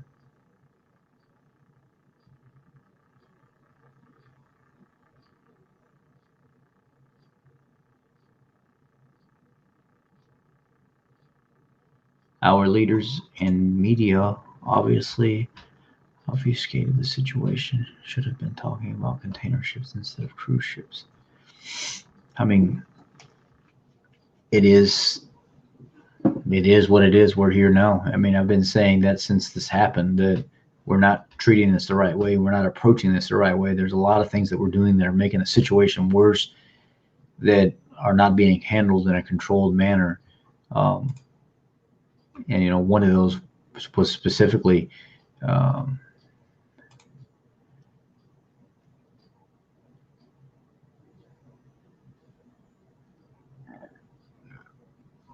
I agree. Instead, government told us no risk, don't worry. Media said don't worry, low risk. Then boom, this is serious, and look at us all, stupid people buying toilet paper. It's not really ready for the red pill. It's just the fact that so many people have so many opinions, and so many opinions sound like they're exactly right. I mean, I could listen to each one of you, and it would sound like each one of you individually, without the exposure of the others, have the answer for everything. But then when I compact them all together and look at everything as a whole, it gets jumble fucked. You don't know what to listen to anymore. So it's kind of one of those things where each person is individually going to have to draw up their own experience. And to me, honestly, I'm going to do my part to keep my head on straight. I'm going to cover my 6 as much as I can. And I'm going to try to do the right thing every single day. And I know that our government's fucked up. I've been saying that for a long time. The only way that that's going to change is if people get ready and the government gets overthrown. It's the only way. There's a lot of things that need to change. And unfortunately, this world is controlled by people that do nothing but want to harm us and hurt us. They want to make monetization gain. They want people to follow at their feet and do what they say like robots. And it's not going to happen. So we're always going to run through times like this. It's like the bell curve. It happens, you know, it's like a 10-year curve. It'll happen, it goes away. It'll happen, it goes away. It'll happen, it goes away. And this is what we're consistently seeing over and over again. Nothing's going to change.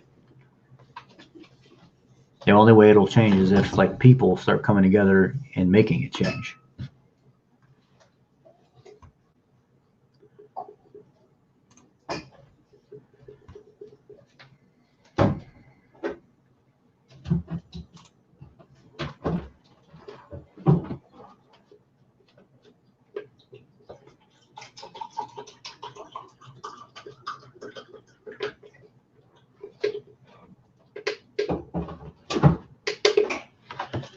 Russ says, I don't have the answer for everything, but I do know that sovereignty in the West has been under attack.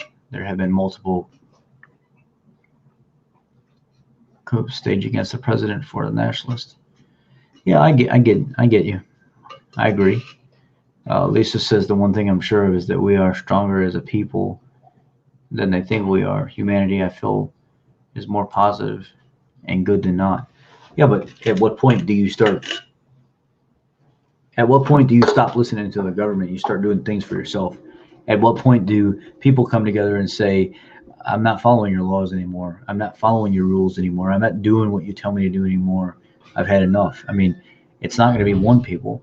It's not going to be 100 people. It's not going to be 1,000 people. It has to be massive amounts of people in order to make any kind of movement happen at all. And until people are ready to do stuff like that, it's never going to change.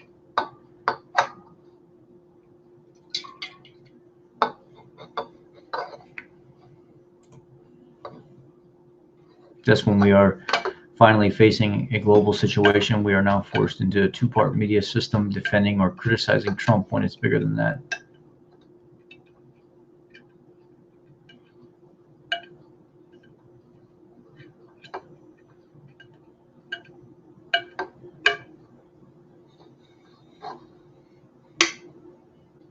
Most people I know are trapped in the bubble of American politics and have a hard time seeing beyond the scope of good Trump, bad Trump. You know, I've liked the guy since day one. I've never had a problem with him. I've never understood why there's so many people that do have a problem with him. The things that he said and done are the same things that any other male in America or in the world has said and done. I mean, there may be a select few that are the Bible thumpers that walk on water, that think they're holier than thou, that have never made those same mistakes or statements or done those things. But I mean, we've all in some way, shape, or form done the same damn thing that he's done, and never thought about being called a name or ridiculed for it, because it was just a normal thing. It was normal talk. It was normal banter. But social media and the snowflakes of the world will try to change and structure anything different.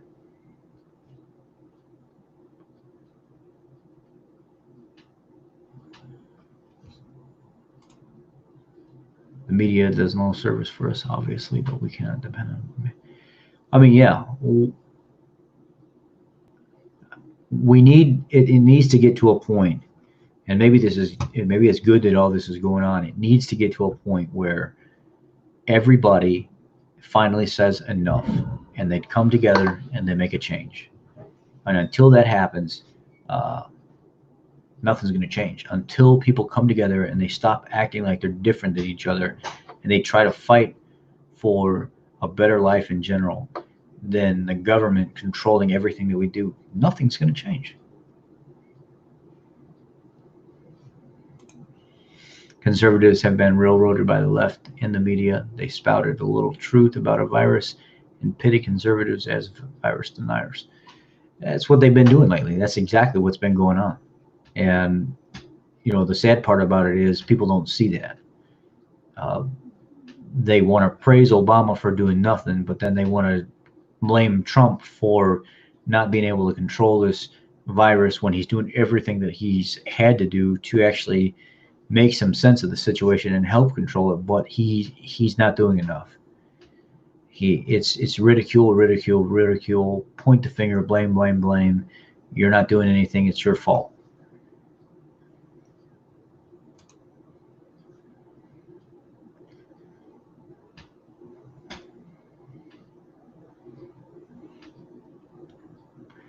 Like our French brothers in Liberty who were told to lock down, they went to the street and flipped cars. We allowed resistance. No, and that's what things are going to come to. There's going to be people fighting back and fighting against the government but it has to fall apart first. You know, that's the thing, is until people are completely, we should give our government a few weeks and then watch how they try to lock us down. And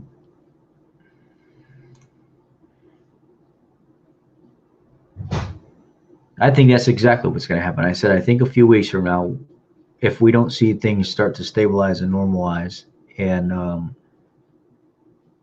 I think what's going to end up happening is it'll be lockdown. It'll be quarantine.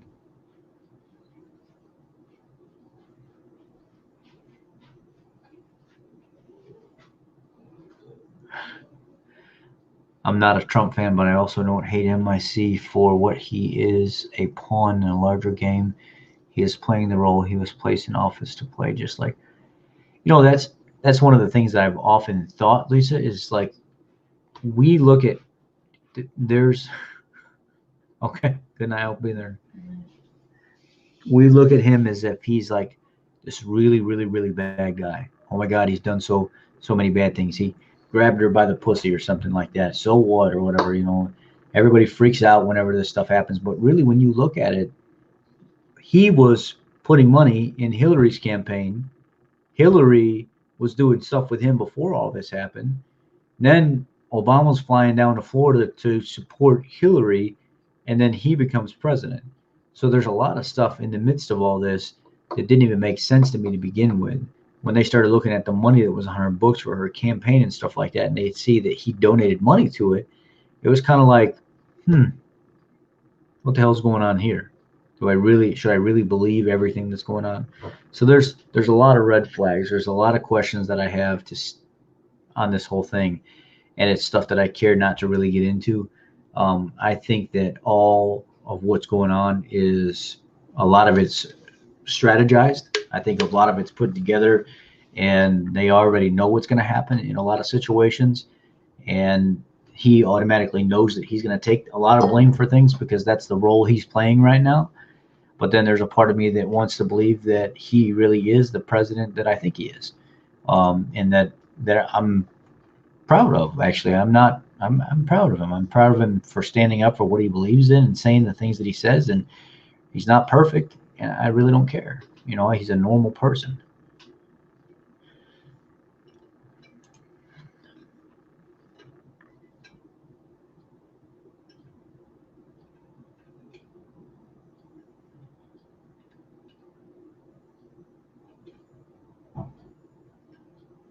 I won't call for a lockdown of my fellow Americans. I agree with you. System reset. A silver dime is worth more than a dollar bill.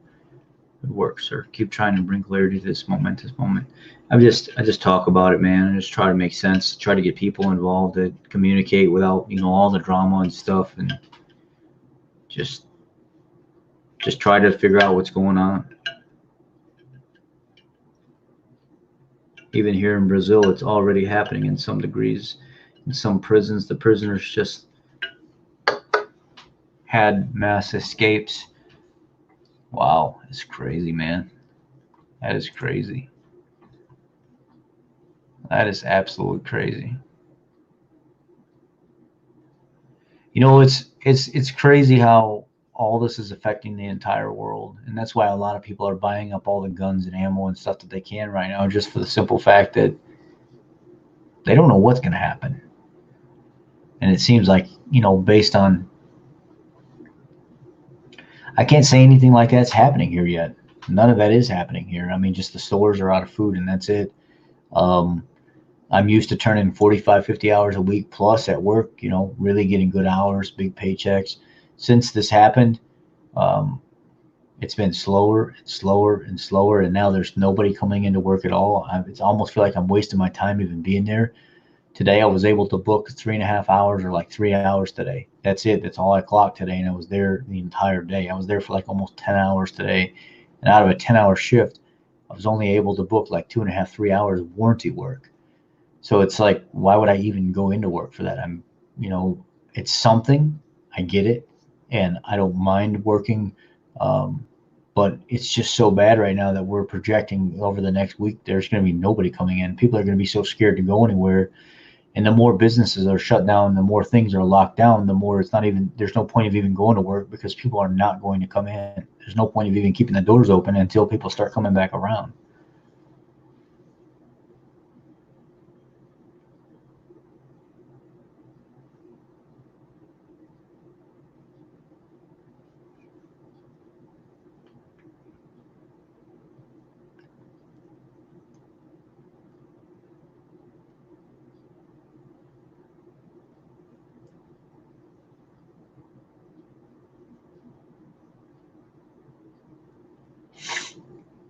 Yeah, I was reading earlier about all the shutdowns and stuff that are going on in California. It was like California, Ohio, I think it was like Pennsylvania, Illinois. I mean, Linda, I'll listen. I'll listen to anything anybody suggests I listen to. I'll listen. But I'm not a firm believer just on one set point from one person. I like to take a lot of different things. Um, I've lived a little bit of this life in a different way than most people have, so that's what makes me think different. I've dealt with people that are much higher up than all of us. I've dealt with people that are in like G G12 positions, G10 positions, and higher. I've dealt with people that are in the highest form or level of military that are calling the shots while I'm out on the battlefield, making decisions. Um, you know, we ran a mission in Iraq to where we ran a 6 joint team mission.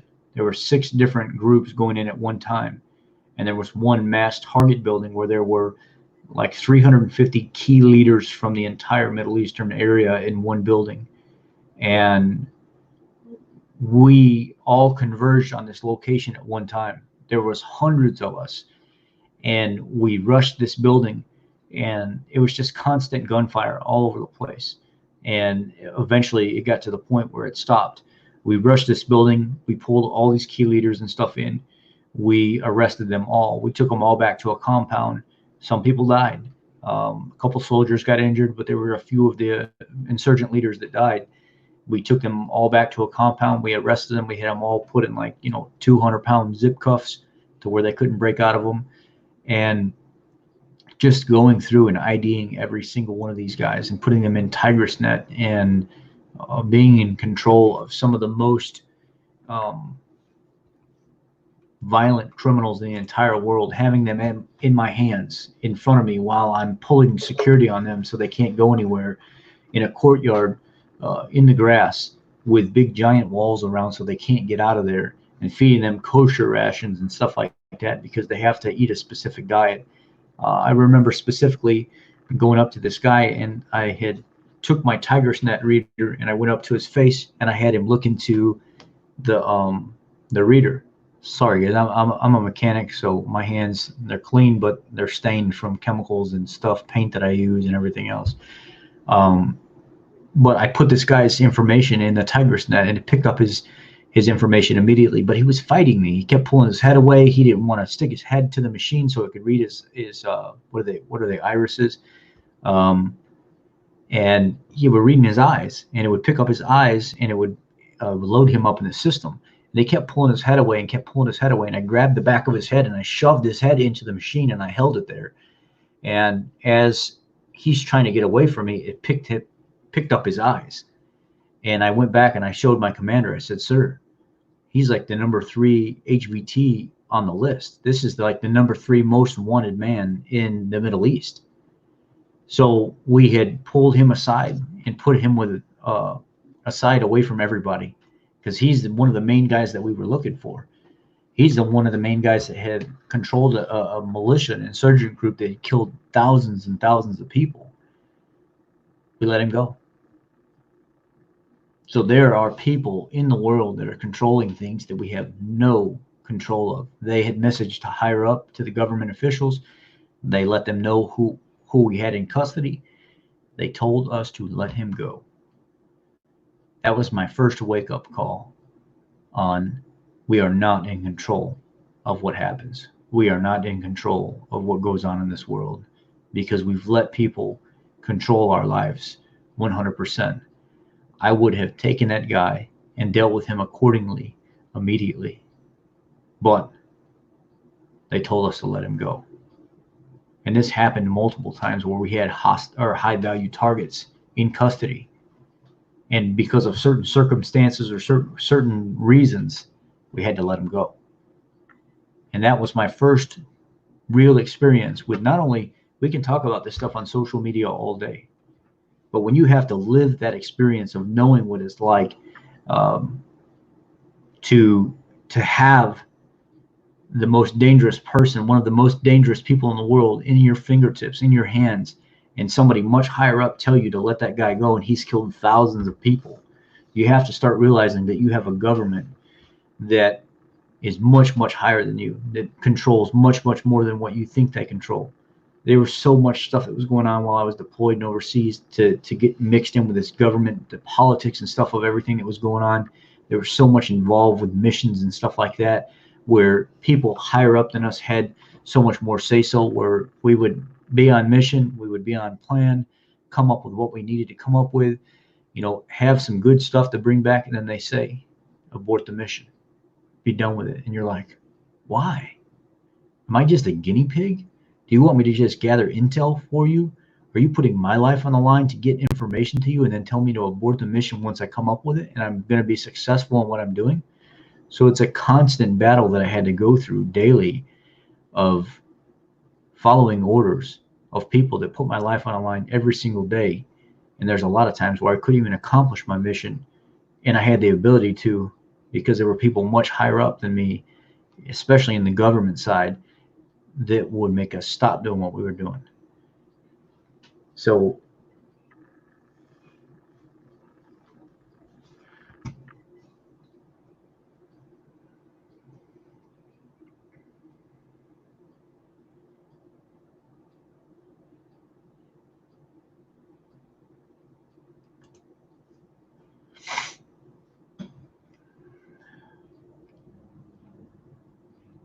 I've lived the life of having to to know that I don't have control over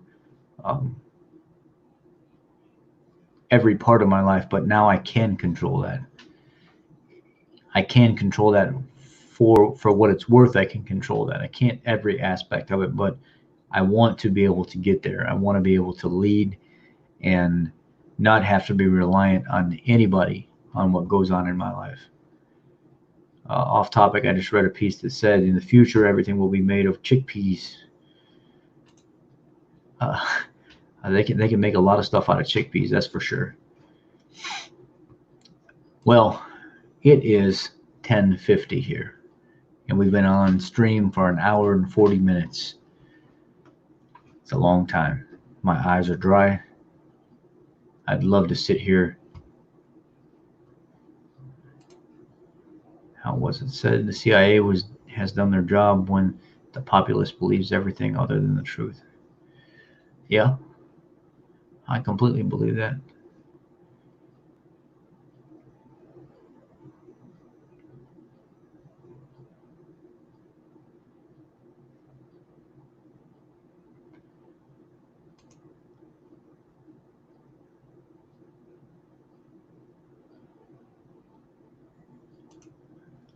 It's always the same in the Middle East. There's nothing changes. I mean, it's right now people are saying it's back to the same way that it was. It's nothing different. People are dying at the hands of insurgents and stuff like that now that they're not being forced. See, one of the stupidest things that we could have done that I don't agree with is take Saddam out of power. When Saddam was in power, people died. People did die. He killed a lot of people.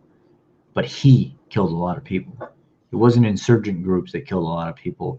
It wasn't people that were just dying because, people were mad at them or had some kind of beef with them or something like that. It was because Saddam said they died. It was because he took his tigers out on the street and released his tigers and they attacked people. And they died because of they died for his entertainment, or Uday Hussein or something like that. But that was nothing compared to the deaths that started happening afterwards, after he was taken out of power. Because when something happened, Saddam knew it happened. When something got done, somebody died, there was a bomb placed, something like that, Saddam knew what was happening before it happened. When we took him out of power and when we messed with somebody else's infrastructure the way that we did, and we inserted ourselves into a place that we didn't belong, more people died. Because now there's nobody controlling what happens. Now there's nobody wanting to say what goes and what doesn't go, whether or not if it's good or evil. And the people over there in general, when I would ask them the question if they thought we were a benefit to being there, would tell me that they did not even want us there. We're at a place that we don't belong. And that because we came there and took him out of power, we made the situation a lot worse than what it was. It was bad, but we made it worse because now people were doing whatever they wanted to do. Their loved ones were dying. There was all kinds of stuff that was going on in a much greater fashion than when he was in power.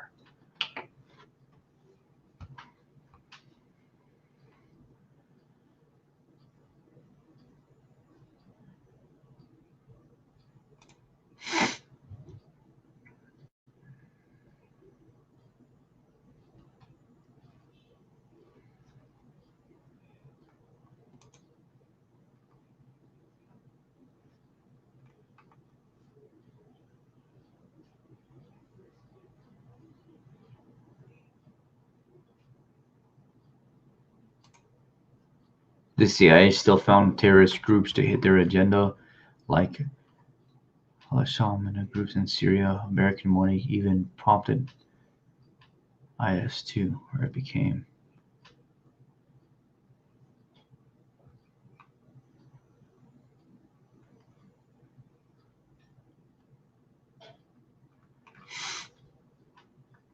If you look at the whole formation of ISIS in general that was over there, again, another government built group that a lot of people don't even realize. What was it when the Soviet Union, when they were trying to push the Soviet Union out of the Middle East, It was predominantly led by the Democratic Party, with a few Republicans that wanted to fund the building of a militia group to fight them and push them out of the Middle East. And this is where a lot of people don't even look into this type of stuff. And we brought weapons and vehicles and stuff in for them to use, funded them, gave them money and stuff like that, weaponized them. They pushed out the Middle East, and then or the Soviet Union, and then all of a sudden we back out and say, okay, forget you guys, we're done. All these people gave up their lives, their jobs. They stepped away from their families. People died, and then we just back out of the situation and walk away as if they were nothing. They didn't fight for anything. No more funding, no more helping them stay on their feet. Just completely walk away. You know how many bitter people were left behind by the whole entire situation for years and years and years? I mean, it was a complete shit show. And a lot of people don't look back into all that stuff. There's a lot of things that the government created, and then they blame it on other people. We pumped a bunch of money into this militia group that was created. It was a good thing for us. It was something that we wanted to happen. And then you just turn your back on them as if they're nothing. And then you wonder why we have groups like ISIS, terrorist groups and stuff like that. They want to form. It's not just about a belief system over there. It's to the extent of us creating these problems all over the world, and people don't even look into stuff like that. We want to blame everybody else and point the finger at everybody else, when a lot of our government is the problem, working with other governments as well. But it's a situation that we're never going to be able to change until our government is not controlling what's going on anymore. And there's people all over the world that are thinking that. I was doing an Uber ride, and I picked up it was four Indian people, 3 guys and 1 girl. The girl sat in the back, one of the guys sat in the front, 2 other guys sat in the back with her. And as we're driving, the girl brought up the fact, she said, "Sir, I have a question for you, if you don't mind answering my question." And these were all engineers that I was taking to a secluded facility out in a really nice ritzy area that I had never seen before. And my parents live in this town. And they took me down this real long road that I'd never been down before. And there was a community, an iron gate that opened up. And I had to go up to the gate, and on the intercom, the security guy came across, and I said, "I'm an Uber driver. I'm dropping off the engineers from the such and such place." But they opened the gates, and they allowed me to come through, and I'm going through this winding road, like little small road, trees, beautiful lights, sculpted statues and stuff all over the place. And I come up to a second security gate, and the guy comes out. He gets out of the vehicle. He comes up. He checks me. I show him my Uber application and stuff, that I'm a driver and everything. He lets me through. And I drive through like another quarter mile back in these woods. I'm going down the middle. I never knew this place was back here. It's a society that they built that has like multiple hotels back in the woods. Really, really nice state-of-the-art hotels. I'm talking probably rooms that you'd pay $300 a night for. And they bring these engineers in from all over the world, and they help fix the faults in issues with companies, organizations, things like that. They come in with like accounting practices, engineering things where companies may be falling apart, or there may be some kind of design flaw where there's somebody that they need much bigger than what we have here. And they bring these people in from all over the world. And as we're going up there, we're having this conversation, and the entire time she says, "So what do you think about President Trump?" And I was like, "Do you actually call him President Trump?" And she said, "Well, he's President Trump. That's his title." And I said, "Yeah, but some people here really disrespect him, and they don't call him President Trump. They just call him, the Orange Man or Donald Trump. They don't call him President Donald Trump." And she said, I cannot disrespect him like that." And I said, "I don't understand." And she said, "Well, if we had a president like that in India, we would be better off than what we are now." And I said, "What do you mean?" And she said, "Sir, you don't understand what's going on in India right now. We have so many sick people that cannot be seen by doctors. We have so many sick people that live in India. They were born and raised in India. And we're being pushed out of certain parts of India by people from different parts of the Middle East that are fleeing to our country. They're using our medical system. They're taking all our money. They're infiltrating our infrastructure that we have there. They're making it very difficult for our own people to live there and survive and get jobs and things like that." And I was like, wow, this is exactly what he's trying to fight here. And she said, "I wish we had a president like that. that would stand up for our country and say, look, you have to come here legally. You have to come here the right way. You have to do all these things. But unfortunately, there's other parts of the world that don't have leaders like that. They let things fall apart. They like the craziness, the chaos of what's going on, the controlled ridiculousness of society in general that we think is uncontrolled, but they are controlling every aspect of it. And it was so different for me to hear somebody from another country coming here and saying, I wish we had a president like that, because our government lets people walk all over us. Our whole infrastructure is falling apart. Our medical system's falling apart. We have people that are on the streets sick and dying all the time. And then there's like certain beautiful parts of India where there's people with tons of money that don't have any issues at all. And it's like, I never understood that. I never understood that there were other places in the world that are exactly what they want somebody like him in power. They want somebody like him that's trying to create a better life for them, that's trying to stop people from coming in and just taking over. And unfortunately, the people here in the United States don't see that, and they're never going to see that. They don't understand that there are parts of Europe, and there's a lady in my group right now that she lives in a small town. It may not be a small town. I forget where it is. It's over in the UK, and it's on, I'm picturing something like Poland or something like that for some reason. I don't know. Maybe I'm wrong.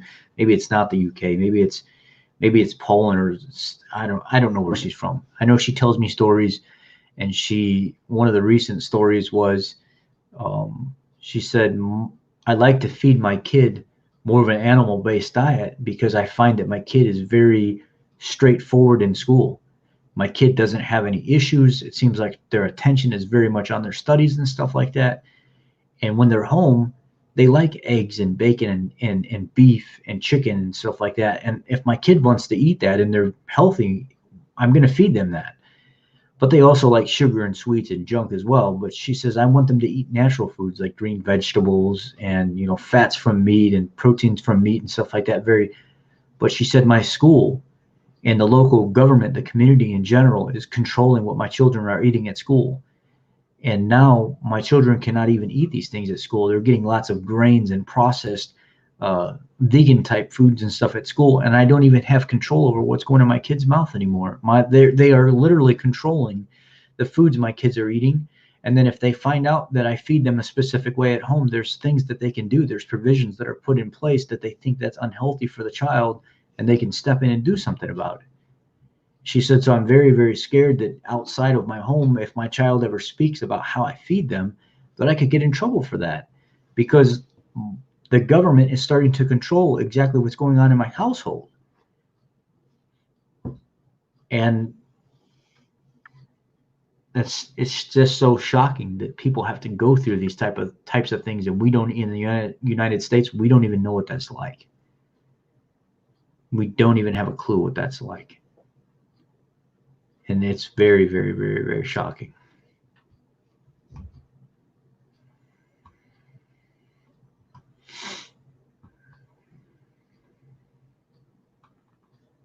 Let's see. Go back to the comments real quick.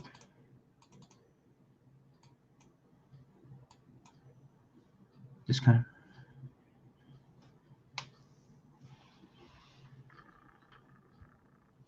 This video, after we get done with it tonight, it will probably be removed. It will be demonetized. It will be removed. There's so many things that I've said inside this video talking to you guys, and things that I've brought up that this video may end up getting deleted. The last time I talked about so many subjects like this, and I kept bringing up government and overthrowing and things that were happening in other countries, there were so many trigger words inside the video.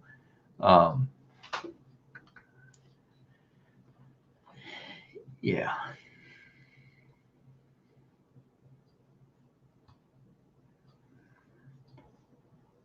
Well, I mean, I don't really want to get into this being a Trump bashing video. I mean, I understand certain people feel a certain way about Trump, but I don't really want to turn this into talking bad about him. I understand that people think that his wallet would pick more of the bigger corporations over us, but I mean, the guy makes so much money as it is with his own businesses and stuff like that. I don't know that that's necessarily true. I would hope that he would have some compassion and consideration for us. I do believe that when it comes to money and people's livelihood, that's going to come first. So I think to an extent that is correct. Um, but there's a part of me that doesn't even want to consider that. Um, you know, everybody's free to believe that. People can believe whatever they want. Honestly, there's never been a president that has ever affected me. Um, I get it, Lisa. I'm just I'm just saying I don't want to go there. I don't even want to get on that topic because that's where it could lead, and that's something that I just would prefer not to even get into.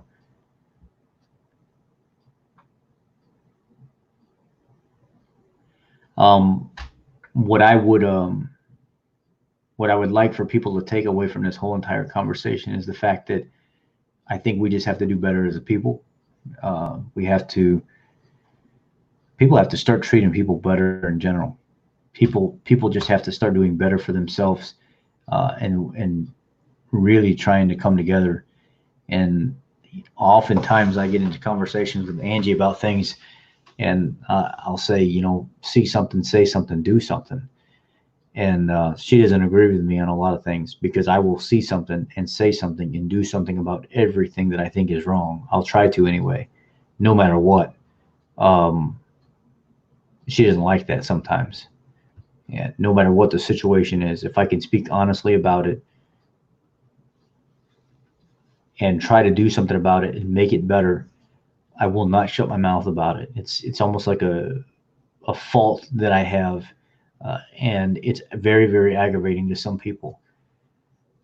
If I'm in a store and somebody's acting like a damn fool or something like that, and I've had teenagers come in acting like idiots, walking up and down the aisles and stuff, and knocking into the shelves and knocking stuff off the shelves and stuff like that, I'll stop them right where they're at, and I will straighten them out real quick, exactly where they're at. It does not matter to me. What the hell are you doing? Do you act like this at home? Pick the shit up, put it back on the shelf, and get out of here if you're going to act like that.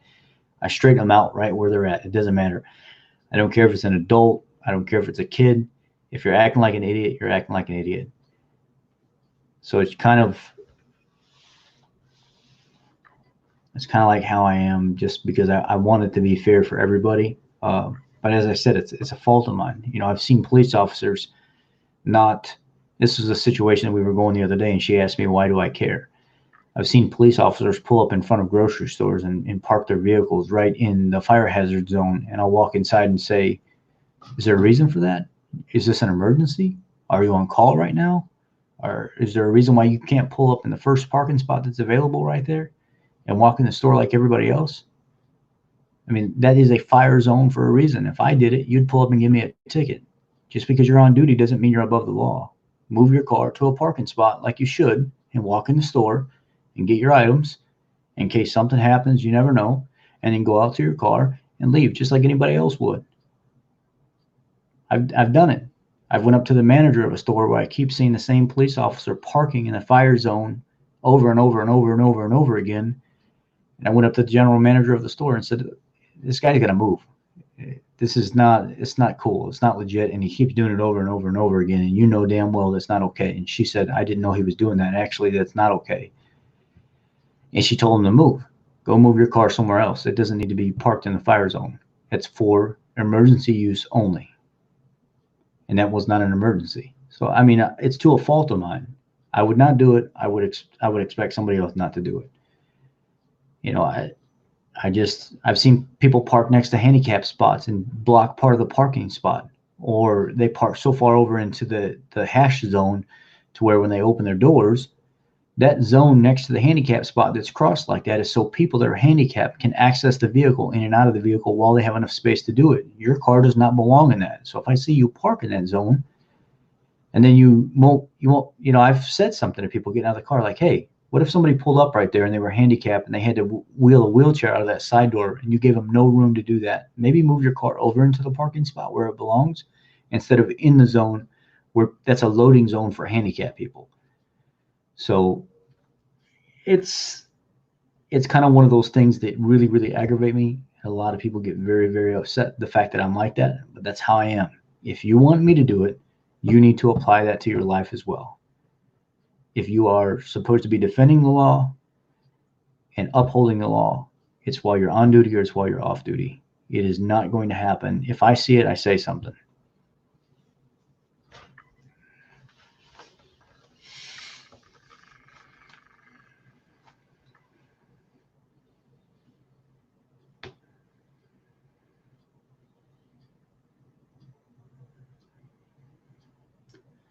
About money, I earn like $400. You mean 40,000 or less? US $40,000 or less in Brazil, and tried to attend college by traveling 5 hours a day and gave up when my son was born. Brazil is known for beaches. Never been on one yet. That's crazy.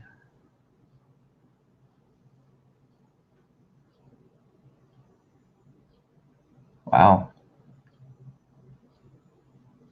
You've never been to a beach in Brazil? I mean, I think if anything, you got to make time for that, brother. How is it in Brazil? What is the money like over there? Like, what is the average rent? Like, I live in an apartment here that has a, small kitchen, small dining room, decent sized living room, and then it's got two small bedrooms with a bathroom. Well, it's a bath and a half, and it's $1,260 a month. So not terrible for this area because I live in a decent, really kind of like a nice area. Um,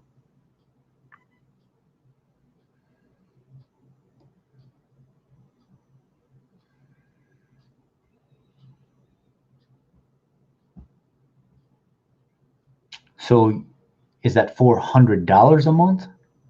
As in,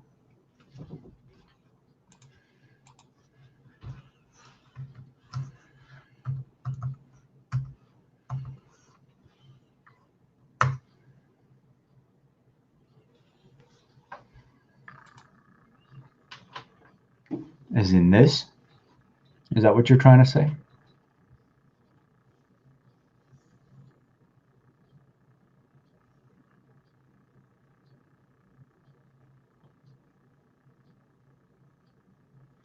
See, I don't know what the pay scale is over there. I know when I was in Iraq, it was in the Middle East. If people made $150 to $200 a month, they were all right. That was not a bad salary. I mean, it was bad, but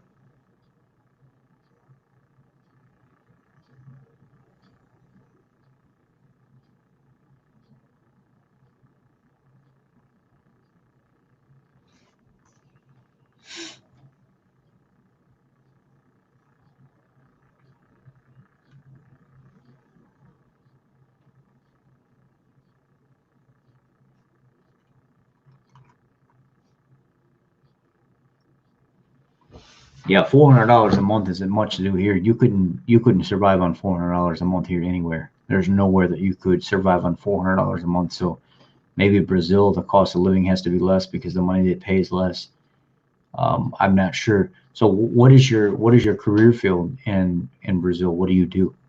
Like here, I'm a master technician. I went to college for 8 years and I have 440 certifications, which puts me at a general salary of somewhere between 35 and $50 an hour for my career field and my path that I've chosen. And $50 an hour would have to be like a high-end management position or something like that. So I'm right at 39.81 an hour is what I make with my job, and I've just recently pulled myself out of debt. And so it's taken years of me to finally enjoy the money that I make. And, this job I landed paid off big time. I was fortunate enough to find this job in a really bad time in my life, and somebody was looking out for me. So I'm just kind of curious at what your job field is. What do you do over there, Robson?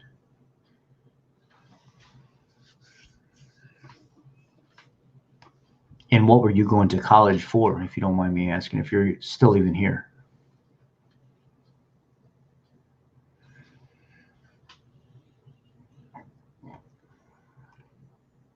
Okay, guys, it's 11:15. It's time for me to get off of here. I need to get off of here, and I thank you guys for being here. If there's any new people here that that you don't mind having these kinds of talks like this, and my channel is pretty much about being open and honest about anything. If you want to talk about something, we'll talk about it. It used to be just about nutrition stuff and all that, but it was too hard for me to stay on that topic, and I just realized that I don't want this channel to be just about that. So if you would consider subscribing to the channel so we could have more talks like this, that would be great. I would appreciate that. That's always a good thing to do. And if you turn the notifications on, you can put some of them.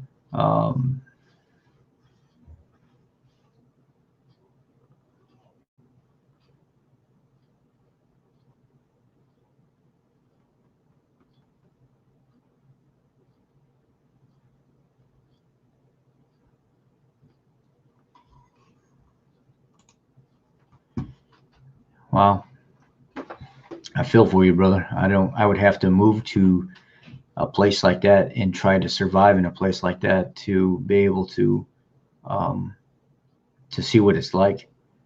But if it offsets, from where I'm at now here and where you're at there, it would probably adjust, accordingly based on where you live.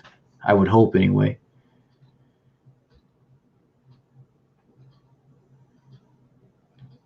At least you're making the best out of your situation, and you're doing what you can to provide for your family, and as any man should. And I see a picture of your boy right there, and you guys look very happy, and I'm happy that you guys look happy, and that you're trying to do everything that you can, and you're not letting it get you down, and you're consistently driving forward, trying to do something better for yourself. I wish you were closer. I could be a friend, help out or something like that. Just kind of be in your life as somebody, a different venue of conversation or whatnot. But I'm here on YouTube. If you click on that subscribe button, you'll see more videos pop up from me. I'm just a message away. If you ever want to talk, message me. I'm always on here, Facebook or here, but I'm going to try to step away from here a little bit. I'm on here too much lately, trying to talk to people about life and stuff as general. A lot of people use me as a soundboard or just for a piece of, life advice because of how much I've been through already. 34 years old. I've done quite a bit with my life. A lot of things with my life that most people will go to their grave not ever doing or seeing, which got some crazy stories coming up. I want to kind of open a segment up of telling a little bit about my life so you guys get to learn a little bit more about me. But in the meantime, it's been fun. It's time to go. It's time to get off of here. Send me a message, comment on the video after I close it down, whatever you want to do. I appreciate every one of you. Again, like the video, subscribe to the channel, click the notification bell. That will keep you notified whenever I make these crazy videos or I want to talk about the shenanigans going on in the world. Please stay safe. Clean yourself. Hand sanitizer, whatever, do the Lysol stuff. I don't know what people do anymore. But whatever makes you happy and gets you by into the next day, healthy, virus-free, and continuing to live to fulfill your obligation as a father, mother, son, brother, sister, friend, whatever it is the next day. Sleep well, guys. Good talk. I'm getting out of here. Take care. Be blessed.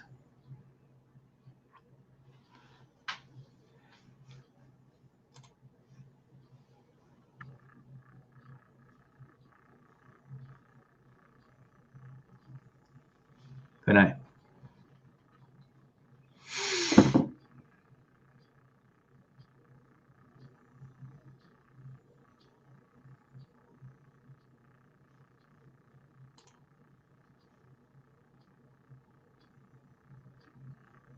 Happy for you, Robson. Good night, guys. Good night.